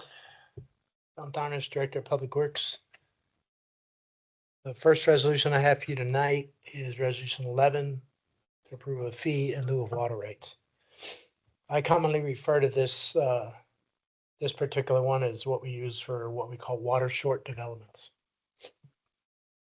In the current town code, there is language in there, 1304-160, that gives the town the ability to accept a fee in lieu of water rights in the event that the water rights associated with the development are insufficient.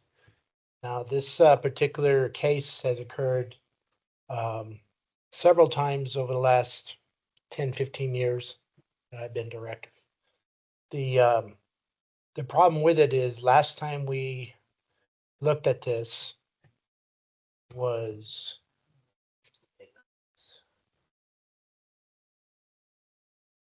2018. There's a resolution passed in 2018 that set everything moving forward with this. And we reevaluated things now and had our consultant take a look at what the current cost to provide water like this out of our portfolio is.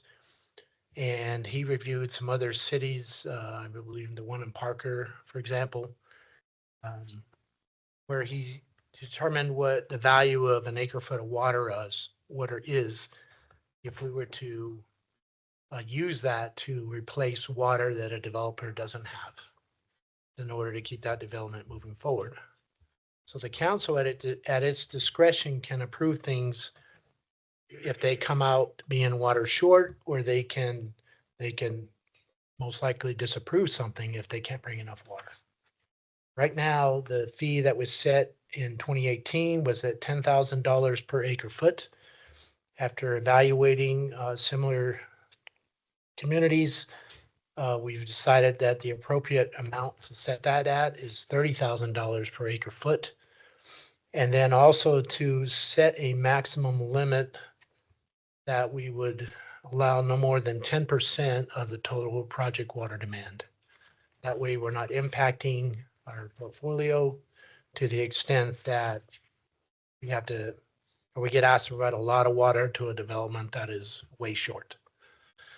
So in front of you tonight is the resolution that's basically revising the fee that was set back in 2018. And then it's still always at your discretion when the projects come forward. One of the things that I always have to do when development comes forward is whether I'm going to provide a will serve letter. And one of the things I look at when I'm evaluating that is, do we have capacity available to meet that demand? And if we don't, then we either send them a restricted letter, or we just tell them we don't have water available to support your development. So tonight in front of you is a cost, the cost of this resolution is going to be a positive amount depending on what the board would approve for each development as it comes along. So I've adjusted both the change in the resolution, and the background gives you a little more information. And then we also attached a copy of the fee schedule in here that shows where that fee would be put into the current fee schedule. Do you have any questions on this first resolution for tonight? Any questions about this? Yes. How much money has been generated since 2018 at the $10,000 level? I don't have the exact amount, but it's very dependent on the development. I can tell you a particular Willow Springs, when they first came aboard, we had two problems there. One, they were water short, and secondly, we didn't have enough capacity to meet their full build-out demand. So the project was divided into phase one and phase two. Phase one, we could meet. So when they got their will serve letter, it was, we can meet your demand for the first, and I can't remember the exact amount, 250 homes. Then it'll be a year or two later before we had additional wells that came online and additional capacity, before we gave them a second letter to finish their development. And I believe at the time, the total cost, I want to say, was about $500,000 that they had to pay for us to supply complete water that they were short. But that was a large development. Okay, I think it's low, but I don't have anything really to compare it to. And none, it's done on a per project, one time only basis, yes? Yes, it's the initial development. If they come, like you might have another development coming to you in the near future where they could be short. And it's whatever our consultants determine the amount of groundwater that's available underneath the property that's being annexed. This mostly has to do with when you annex a property. If it's already in the town and it's a development, then the town already owns all the water underneath those parcels through what they call a well field case. So right now, again, it's been 8 years since we've adjusted this. And tonight's resolution is about bringing us up to date. And again, the data was researched by our consultant, very similar to what the town of Parker has done.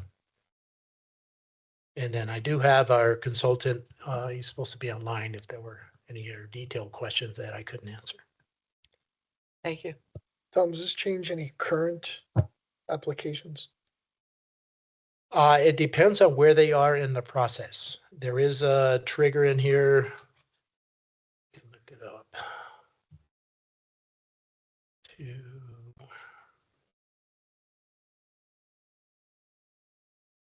build out 10%.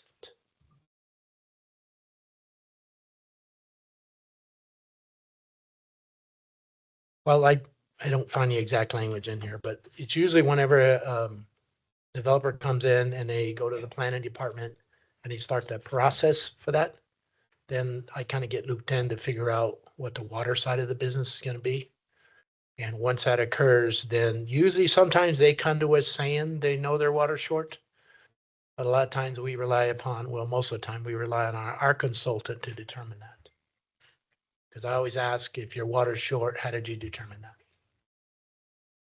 Either they provide an engineer report or we have our consultant do it. Council Kimball, Nick, the Rickenbacker annexation came to you earlier or late last year. That's probably one of the things, that's actually one of the projects that kind of kicked us into looking at our fee structure for water. It will have an impact on their annexation. So this will help them know exactly what it's going to cost from that perspective only. So you're asking about application. It'll actually have an impact on the Rickenbacker annexation. The money that would be collected in lieu of, does it matter that it doesn't say what fund it goes into? Are all the fees that you collect automatically going into a specific fund? I don't remember exactly. I want to say from my recollection that when the money came in, it went to the 2A because 2A is what's used to purchase water rights or support new infrastructure, tanks, wells, things of that nature. Okay, I just know I know you have more than one fund, so Right.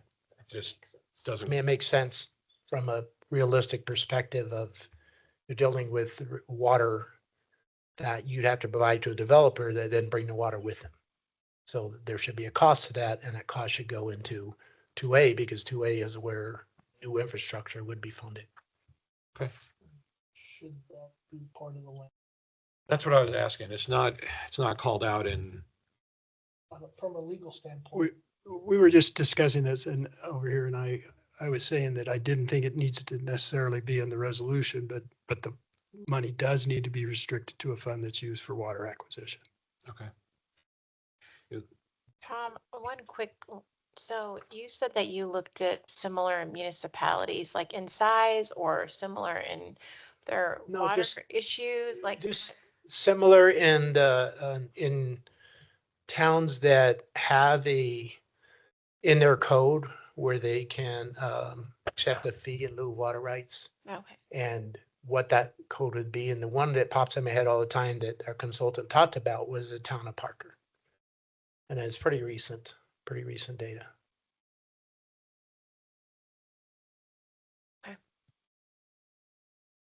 Okay. Any other questions or comments?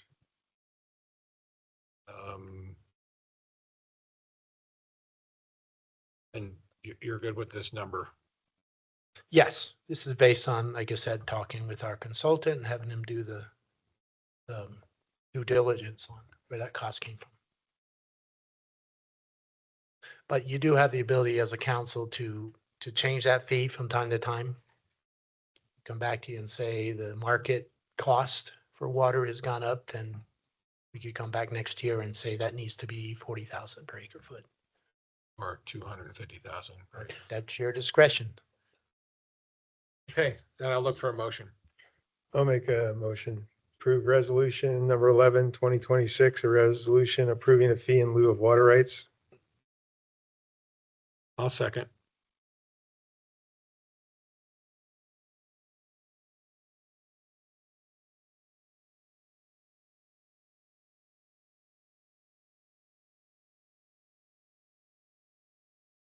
The motion passes 7-0. Thanks, Tom. Okay. Oh, you got another one. Don't go away. Resolution 2026 resolution approving a policy for evaluation acceptance of groundwater associated with development. Okay, this is the exciting one of the two. At least in my water world. So the town had I guess the best way to describe it is internal utility policy since about 2017. That was the first time that I can remember that we encountered groundwater that was classified as what they call not non-tributary. In the water world, you're either tributary, which is water you have to replace to the stream once it's removed. You have non-tributary, which are your deeper Arapahoe wells. The town has deep wells where they're considered non-tributary. And then there are a different classification, which is to me is fairly recent, called not non-tributary. And the main difference on that is if you're going to utilize water that's classified as not non-tributary, as far as what they call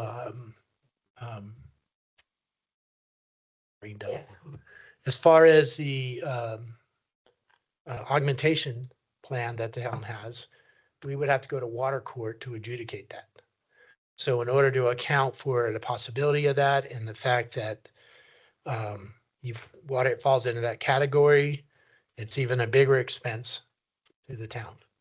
And so this resolution here takes that internal policy we had from many years ago, puts it into a resolution, and basically expanded the procedure for that, which is attached to the resolution and the thing. And as if you read through it, let's see how many steps. It's pretty self-explanatory. And like I said, we use Bruce Lyle, our water consultant, in the past to determine the amount of water based on aquifer maps in the state engineer's office, how much of that water falls into that category. Now, this doesn't occur as often as, say, a water short development does. I know of 3 cases that I can think of in the last probably 10 years. Both of them, or 2 of them, have been rather small development, like 0.5 acre feet or something like that.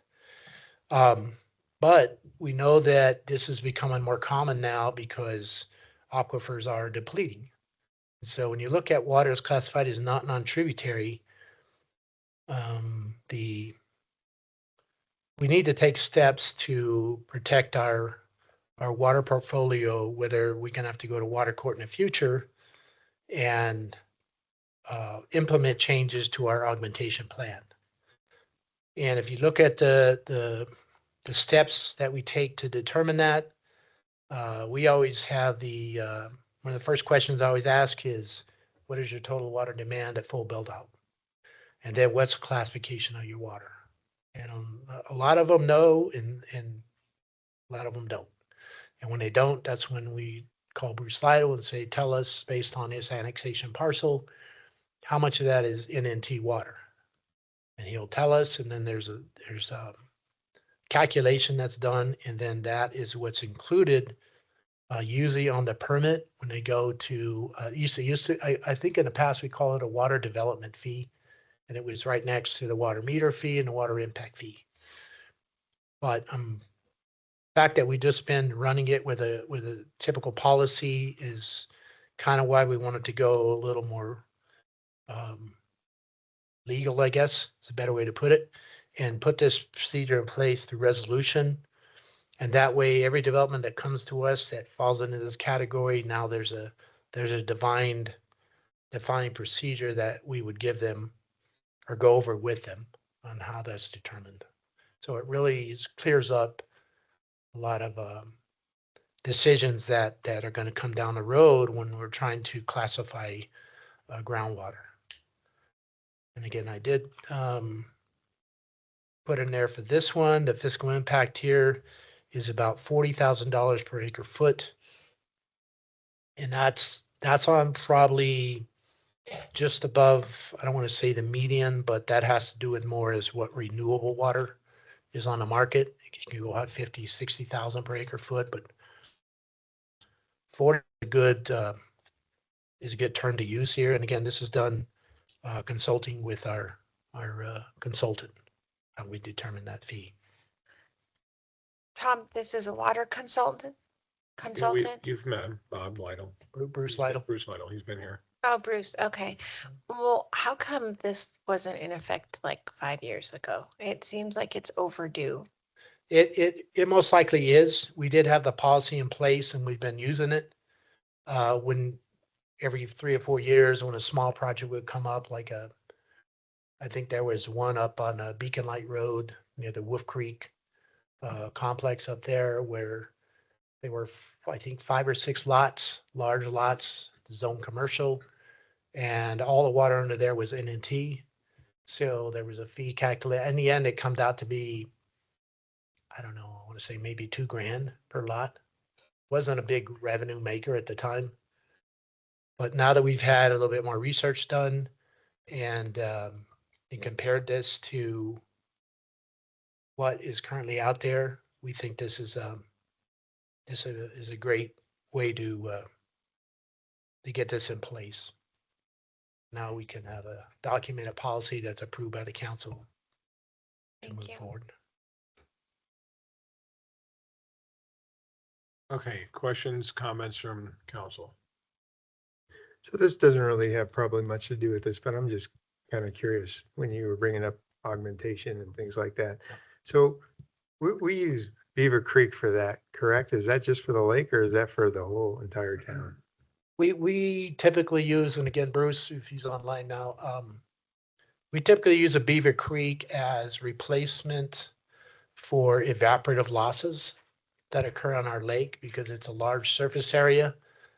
And the way the state works is they magically have a chart, a table that says during the month of June, you lose whatever it is, 15 acre feet of water that evaporates around. So you have to replace that water in the creek. We do that with our Beaver Creek ditch rights. Okay. And then the rest of the town is that, well, I mean, mostly we're in deep Arapahoe Basin or Denver basins or Denver aquifer stuff. So do we have to do any other augmentation? I know this doesn't have anything to do with this. I'm just curious. It just depends on, and again, this what I call NNT policy has more to do with new development, new annexations. It's one of that policy, are you water short or not? Is your water classified as NNT? Now you're gonna get hit with both ECs. One, because you're short if the council wants to give you water out of our portfolio. And then secondly, since it's not non-tributary water, then there's a cost to that. Because of our augmentation plan. And I could bring up other terms, but I think it would just confuse the matter more, like post-pumping depletions, which are really another subject, but it has to do with the amount of water, and in the future, if your wells start to decrease in flows, you still have to account for a certain amount of water. Okay, thanks. All right, anything else? Okay, thank you, Tom. That was riveting. I need to be excited. You know how to make a Tuesday night all that. He sits in the middle of the meeting and not at the end. I will look for a motion I'll make a if there's no motion. other questions.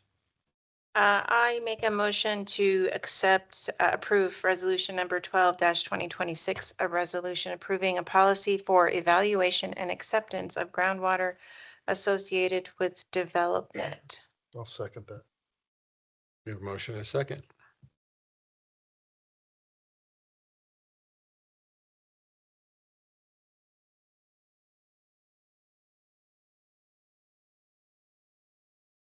The motion passes 7-0.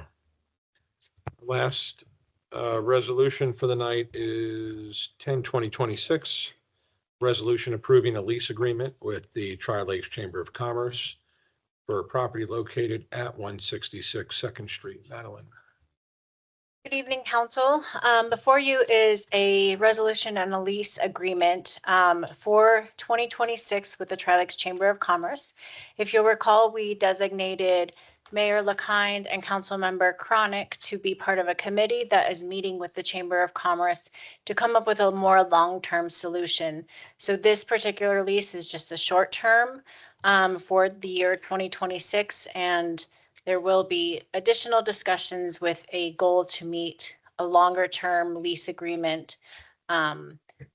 I am available to answer any questions, as well as Terry Hayes with the Chamber of Commerce and Mark Biddle, the president of the Chamber of Commerce, are also in the audience too, if you have any questions for them. I will just say that I do appreciate the conversations that we had. This started off with the previous board president. And now we've got this guy, Mark, who can't remember anybody's names, which is all good.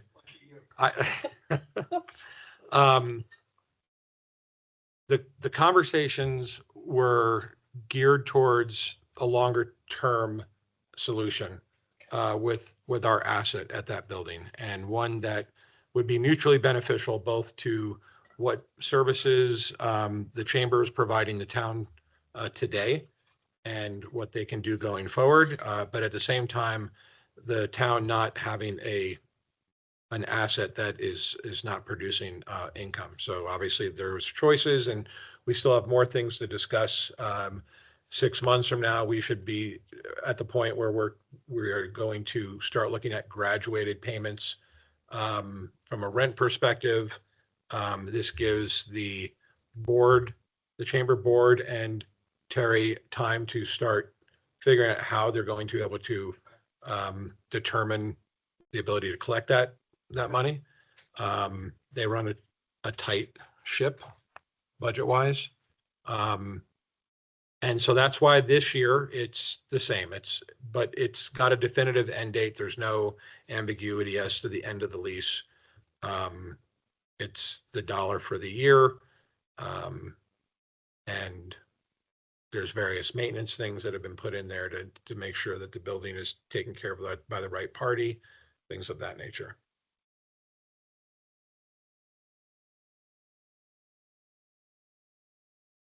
Any questions for myself or Councilmember Chronic or Madeline or Terry or that Mike guy? Yeah, there you go. I have some questions. Okay. I'm reading through this. I'm just trying to get my head wrapped around that. So the tenant, it says the tenant will pay a sum of $1 payable in advance on the first day of each and every year prior to the initial term and each renewal term. So in addition, my understanding is that we are contributing to the Chamber of Commerce as well.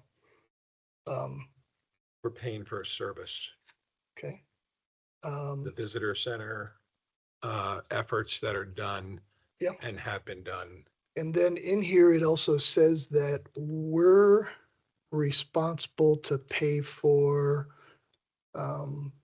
building repair costs in excess of $5,000, anything in excess of $5,000 that the town pays for maintenance that's needed on the premise. It's our building. And I can add to that, we included a provision that if those costs are implicated, that the town then has the ability to give notice and terminate the lease, as opposed to making those improvements or paying for those costs. So you do have an out.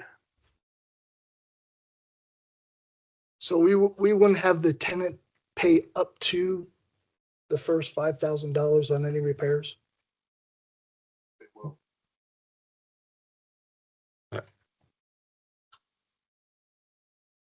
That is that's what I'm reading in there. I just don't know who determines what the repairs are. Yeah, that's what I'm driving towards that as well. There is an exhibit at the end of the lease agreement which outlines that. So, you know, your basic electrical, plumbing system, HVAC systems, those that are exceed 5,000, and that's what the landlord would pay. Kind of the major systems.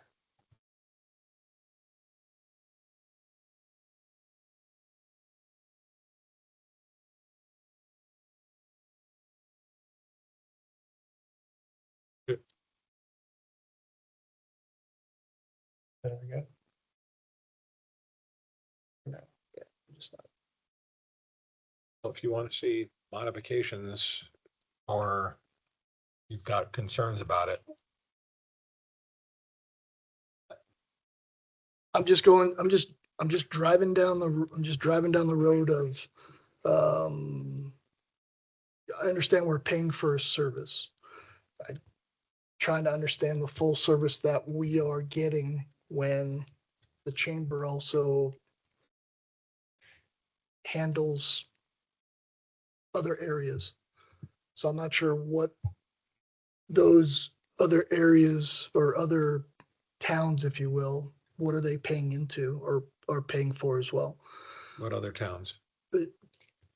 When you're doing advertising in Colorado Springs, I'm just gonna be honest. I'm not a fan of this. That, because I would like to see us sell that property again, long term. The use of that, especially when we're in a fiscally constrained type environment right now. So, and then we're paying for maintenance. That on a building that we own, that I believe the tenant could pay for since they're actually using it. I'm not trying to discount what you're saying, but we're in a commercial building that has a property management / ownership that's not the tenants. Do the tenants pay for major systems that go bad? I mean, if HVAC goes bad, you're gonna ask the tenants to pay for it? I mean, we're paying for a service that you said, and we're only collecting $1 for rent. And next year it will not be $1. I can assure you of that. But they have to make adjustments to the way they operate their business to be able to, or they can cut services, I guess, but we don't want to try to harm the chamber. But this is sort of like a a freebie year like they've had going all this time with whatever the arrangement was previously.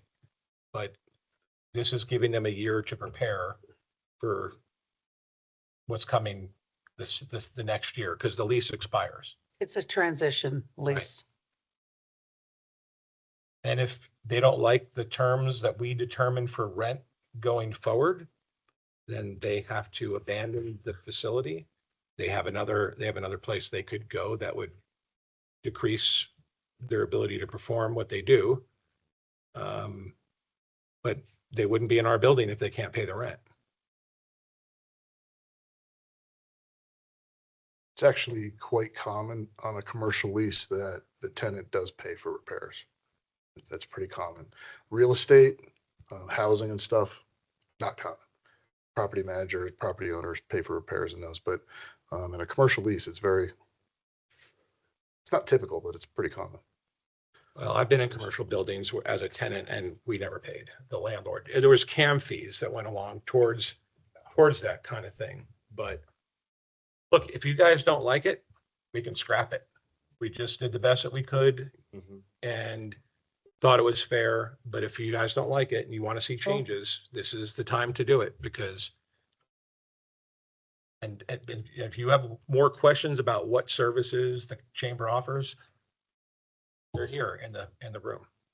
Well, why don't we ask Madeline to explain, because she sees what they do or don't do, what is the benefit to the town? Sure, I'll give a brief explanation. Ms. Hayes will be presenting to council at the next meeting as well for more clarity. But some of the significant work that they do for our community is provide a visitor center. And I have been housed in that building. There is quite a few visitors that do come in and out and ask things, especially when they move here. People that come to visit here, where should they go hiking? Where should they go eat? Where should they look if they want to move here? What kind of businesses are here? So they have someone.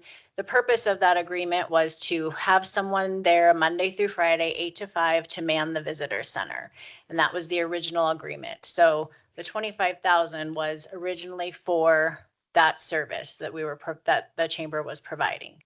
In addition, with a lot of the changes that have happened with the downtown businesses, we used to have a historic monument merchants association that has since gone away, and the Chamber of Commerce has absorbed a lot of their marketing, advertising, their meetings, social media.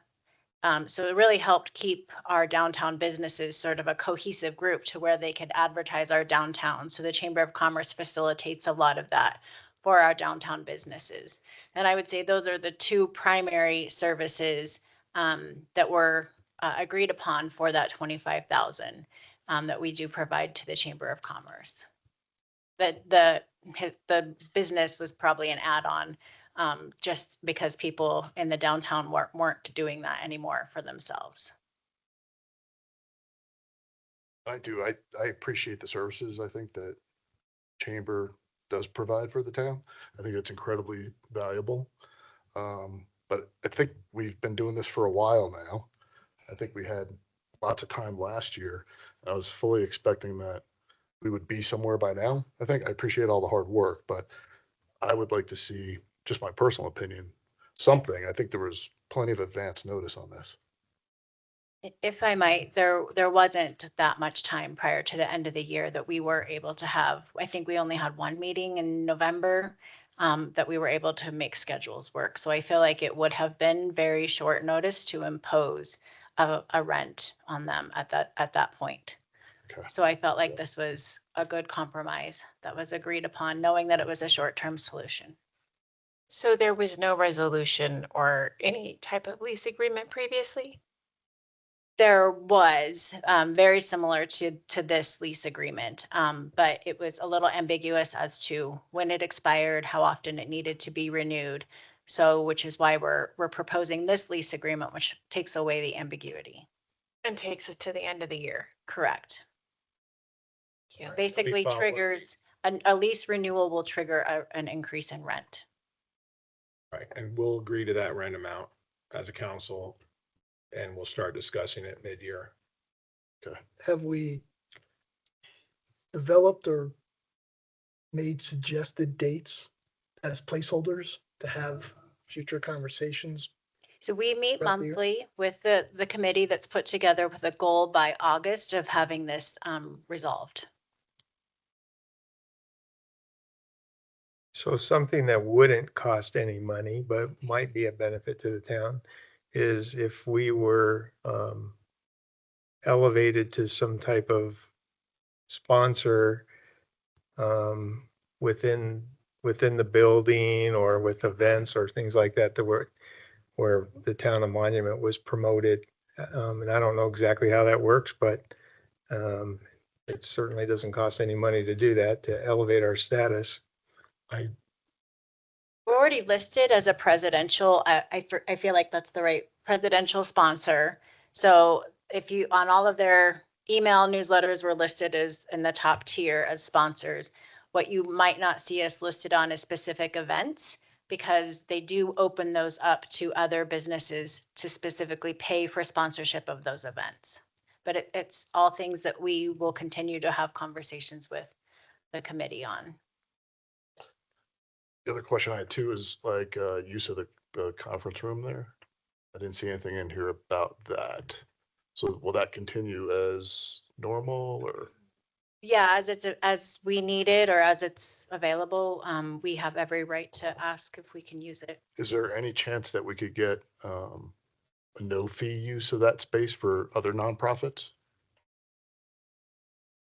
I understand there's cleanup to do sometimes and stuff too, but Well, can, you come up to.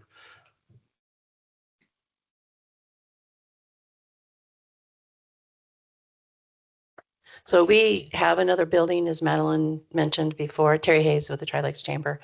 And that's the one just south of Jarrito Loco. We actually do let 501c3s use that building at no charge. Okay. We don't do it to the one that we're in because there's such demand for it. We did over 400 meetings there in 2024, but we do allow them to what we call the meeting house, the chamber meeting house. So we do provide that service. Okay, thank you. If it's our building, shouldn't we have a say in that? They're for $1. Yeah, they, Okay, yeah, yeah, they get used to the building.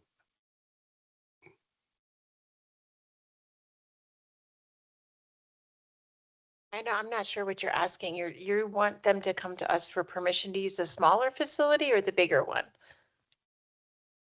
I guess I wasn't clear on. Oh, no, other nonprofits to use that. Oh, Can't use the other building. Small. yeah, and nonprofits have to, everybody has to pay a membership. And I think that comes with the membership, the use of this, or do you let all nonprofits, whether they're members or not, use the small building? So as long as they show you their 501(c), they can use the small building for free. And if they are members, they can use the large building or also.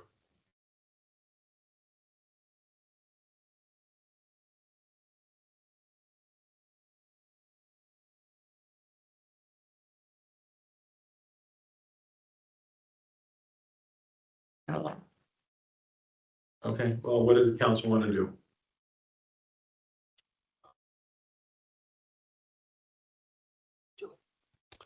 Okay, I make a motion to approve resolution number 10-2026, a resolution approving a lease agreement with the Tri-Lakes Chamber of Commerce for property located at 166 Second Street. Second. We have a motion and a second.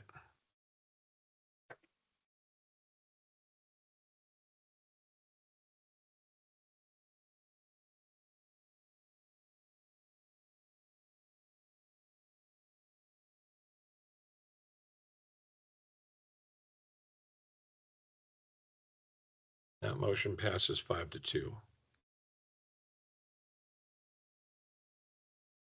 Okay. We'll move on to public comment. Public comments for items not on the agenda. Individuals attending in person may raise their hand to indicate their desire to comment. Individuals attending via Teams may raise their hand digitally to comment via connected devices. Please lower your hand when finished with your comments. Comments are limited to 3 minutes. Anybody here in Town Hall that would like to make public comment? Okay. Will anybody online? Mayor. All right, then we will close public comment and move on to future agenda items. I believe I've talked with most everyone, but for tomorrow's special loop meeting, I do need to make sure that we have a quorum. So I just would like to confirm who I have as attending. I have Councilmember Fiorito, Councilmember Smith, Councilmember, or Mayor Pro Tem King, Mayor LaKind, and Councilmember Chronic. Is that correct? Is there anyone else who planned to attend? Plan on attempting to log in. Okay, thank you. And then for next week, we have a council retreat on the Thursday and Friday, the 26th and 27th. If I could just find out who all will be planning to attend that. And I know a few of you were going to try to attend at least one day. So I just wanted, so that we can try to organize food and everything. I'm definitely attending Friday. I was planning on doing Thursday as well, but something's come up at work, so I will not be able to do Thursday. Okay, thank you. 26th, 27th. I'll be there, Madeline. I'll be there. I'll be there.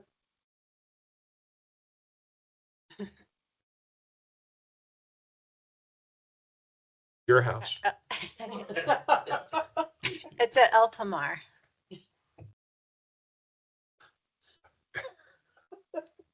You got it. So just to make sure, we're not going to Senna's house then? No, Okay, all right. apparently not.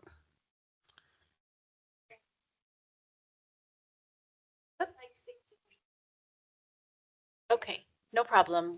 No problem. We have. Sure, no, we have time, so. No. Correct, yes. Thank you. All right, and those are the only items I had for you this evening. That was it? Was there anything? Was there one more thing? Not that I recall, but Okay, if I'm you just- remember something else that Oh, I've forgotten or I know we- staff. I am getting old, you know. Oh, all right, town manager's report then. In the interest of time, since we still have a few items to discuss, I'm not going to do any highlights, but again, just I would like to thank staff for the work that they not only do in order to have something to produce for the report, but that they do such a phenomenal job of sending us information, and then to Laura Hogan for compiling all the information and making it look so pretty. So I think it's well worth reading. So if you haven't had a chance to read it yet, and a lot of good information about kind of the everyday operations that happen in the town, as well as some of the bigger projects that we have going on. Well, I did read it. Cool. You guys do a great job every month putting the report together. I love pictures and that they're coming from around the community, and that other people are contributing to the success of the report. So pretty cool. And it's on the website. Correct. Right. All right. Any council comments? Yes, I have It's a race. I have one. For the last CSLAC meeting, Laura Hogan put together wonderful data and then an analysis. And unfortunately, she's not here right now, but I just wanted to let everyone know how much that was appreciated. It was well done. Not to mention the manager's report. I absolutely love it, as you know. Thanks. It's more of a question, because I thought it's great that we're looking at updating our fees in certain areas. Have we done a hard review on all the fees? I was looking at that document in the agenda packet. Some of them for, insufficient fund return check or use of a credit card, seems kind of low as compared to businesses would charge. we are currently in the middle of looking at all of our costs right now, all of our fees.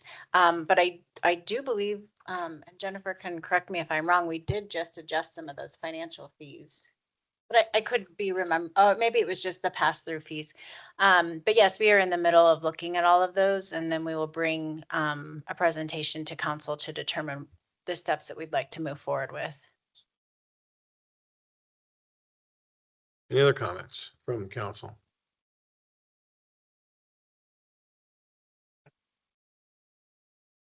You ready?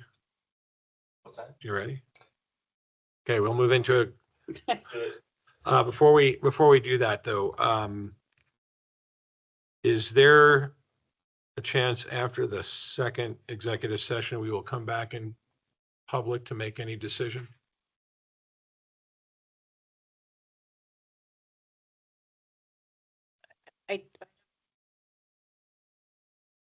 I don't believe that that would be an option. It would, I believe that, I just don't think that that would be an option for tonight. Could it be that we would come back and Get direction. have have some kind of a consensus about how to approach the second one? Yeah, from a Question. public perspective. Yeah, from a public perspective. Or is that for a future meeting?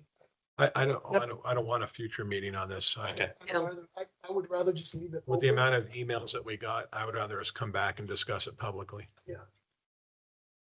Okay. I prefer, yeah. I'm fine with that. I just didn't expect an action, but yeah, I'm fine with that. Okay.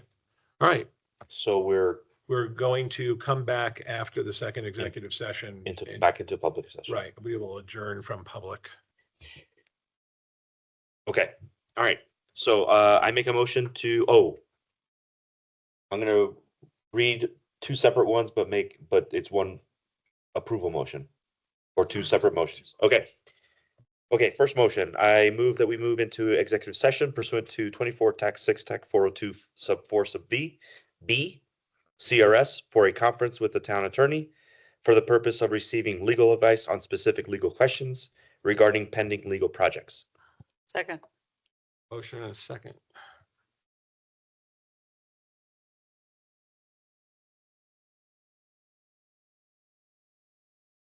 My vote is yes, because I have an error on the computer right now.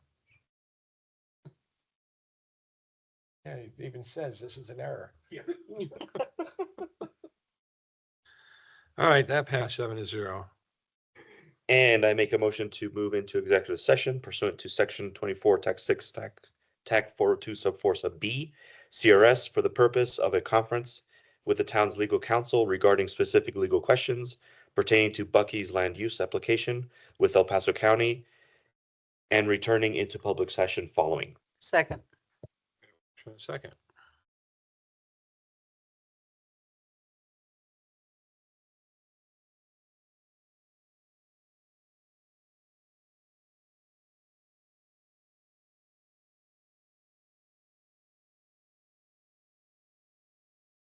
Motion passes 7-0. So what we'll do is we'll take a few minute recess while we get set up for executive session. Those of you who want to come back after we are finished with the executive sessions, I do not have an ETA on how long that will be, but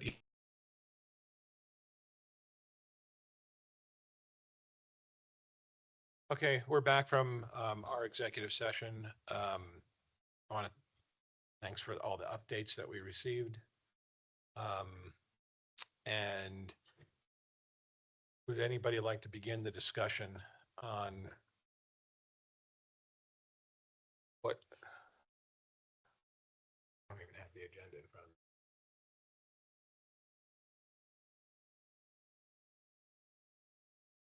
Yeah, so let's talk about, we had some legal questions answered, and anybody want to talk about the land use application with El Paso County?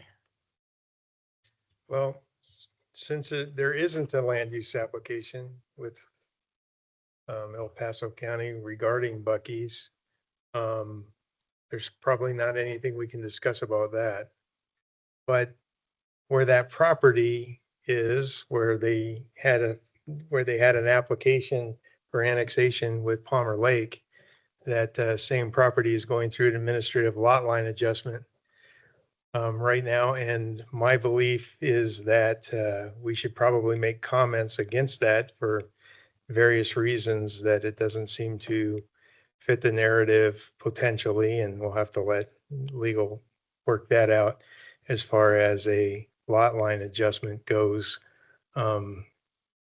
regarding other factors. So I would like to give direction to the town to submit comments opposing the administrative action for the lot line adjustment. And the rejection or what did you call it? Sorry, it's 11:30. The the referral comments that we're going to put in are based on procedural objections, correct? Correct. Okay. Yes. And so rather than being an administrative procedure, we're asking our comments to the county are that it should be a public session that should be essentially scrutinized.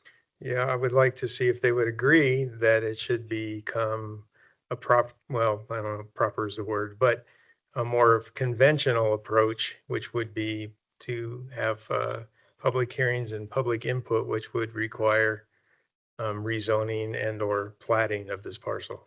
Okay. Okay, so the direction would be to draft up the comments, and our planning director would be submitting them as part of the referral process that we participate in. We in agreement? Yes, Agreed. I like that. I like that plan. I think that's a good plan. Not an email. It's, well, he will email he will submit to the EDARP site Oh, comments as part of the referral process. okay. On the EDARP site. Okay. And then they become public record. And this is solely on the application to adjust the line. This is not anything to do with Bucky's until Bucky's submits, if they in fact submit, and then we will revisit that. Okay. Okay. So that plan. Make it so. So let it be done. So let it be done. all right. So that being said, do I have a motion to adjourn? So move. We are adjourned.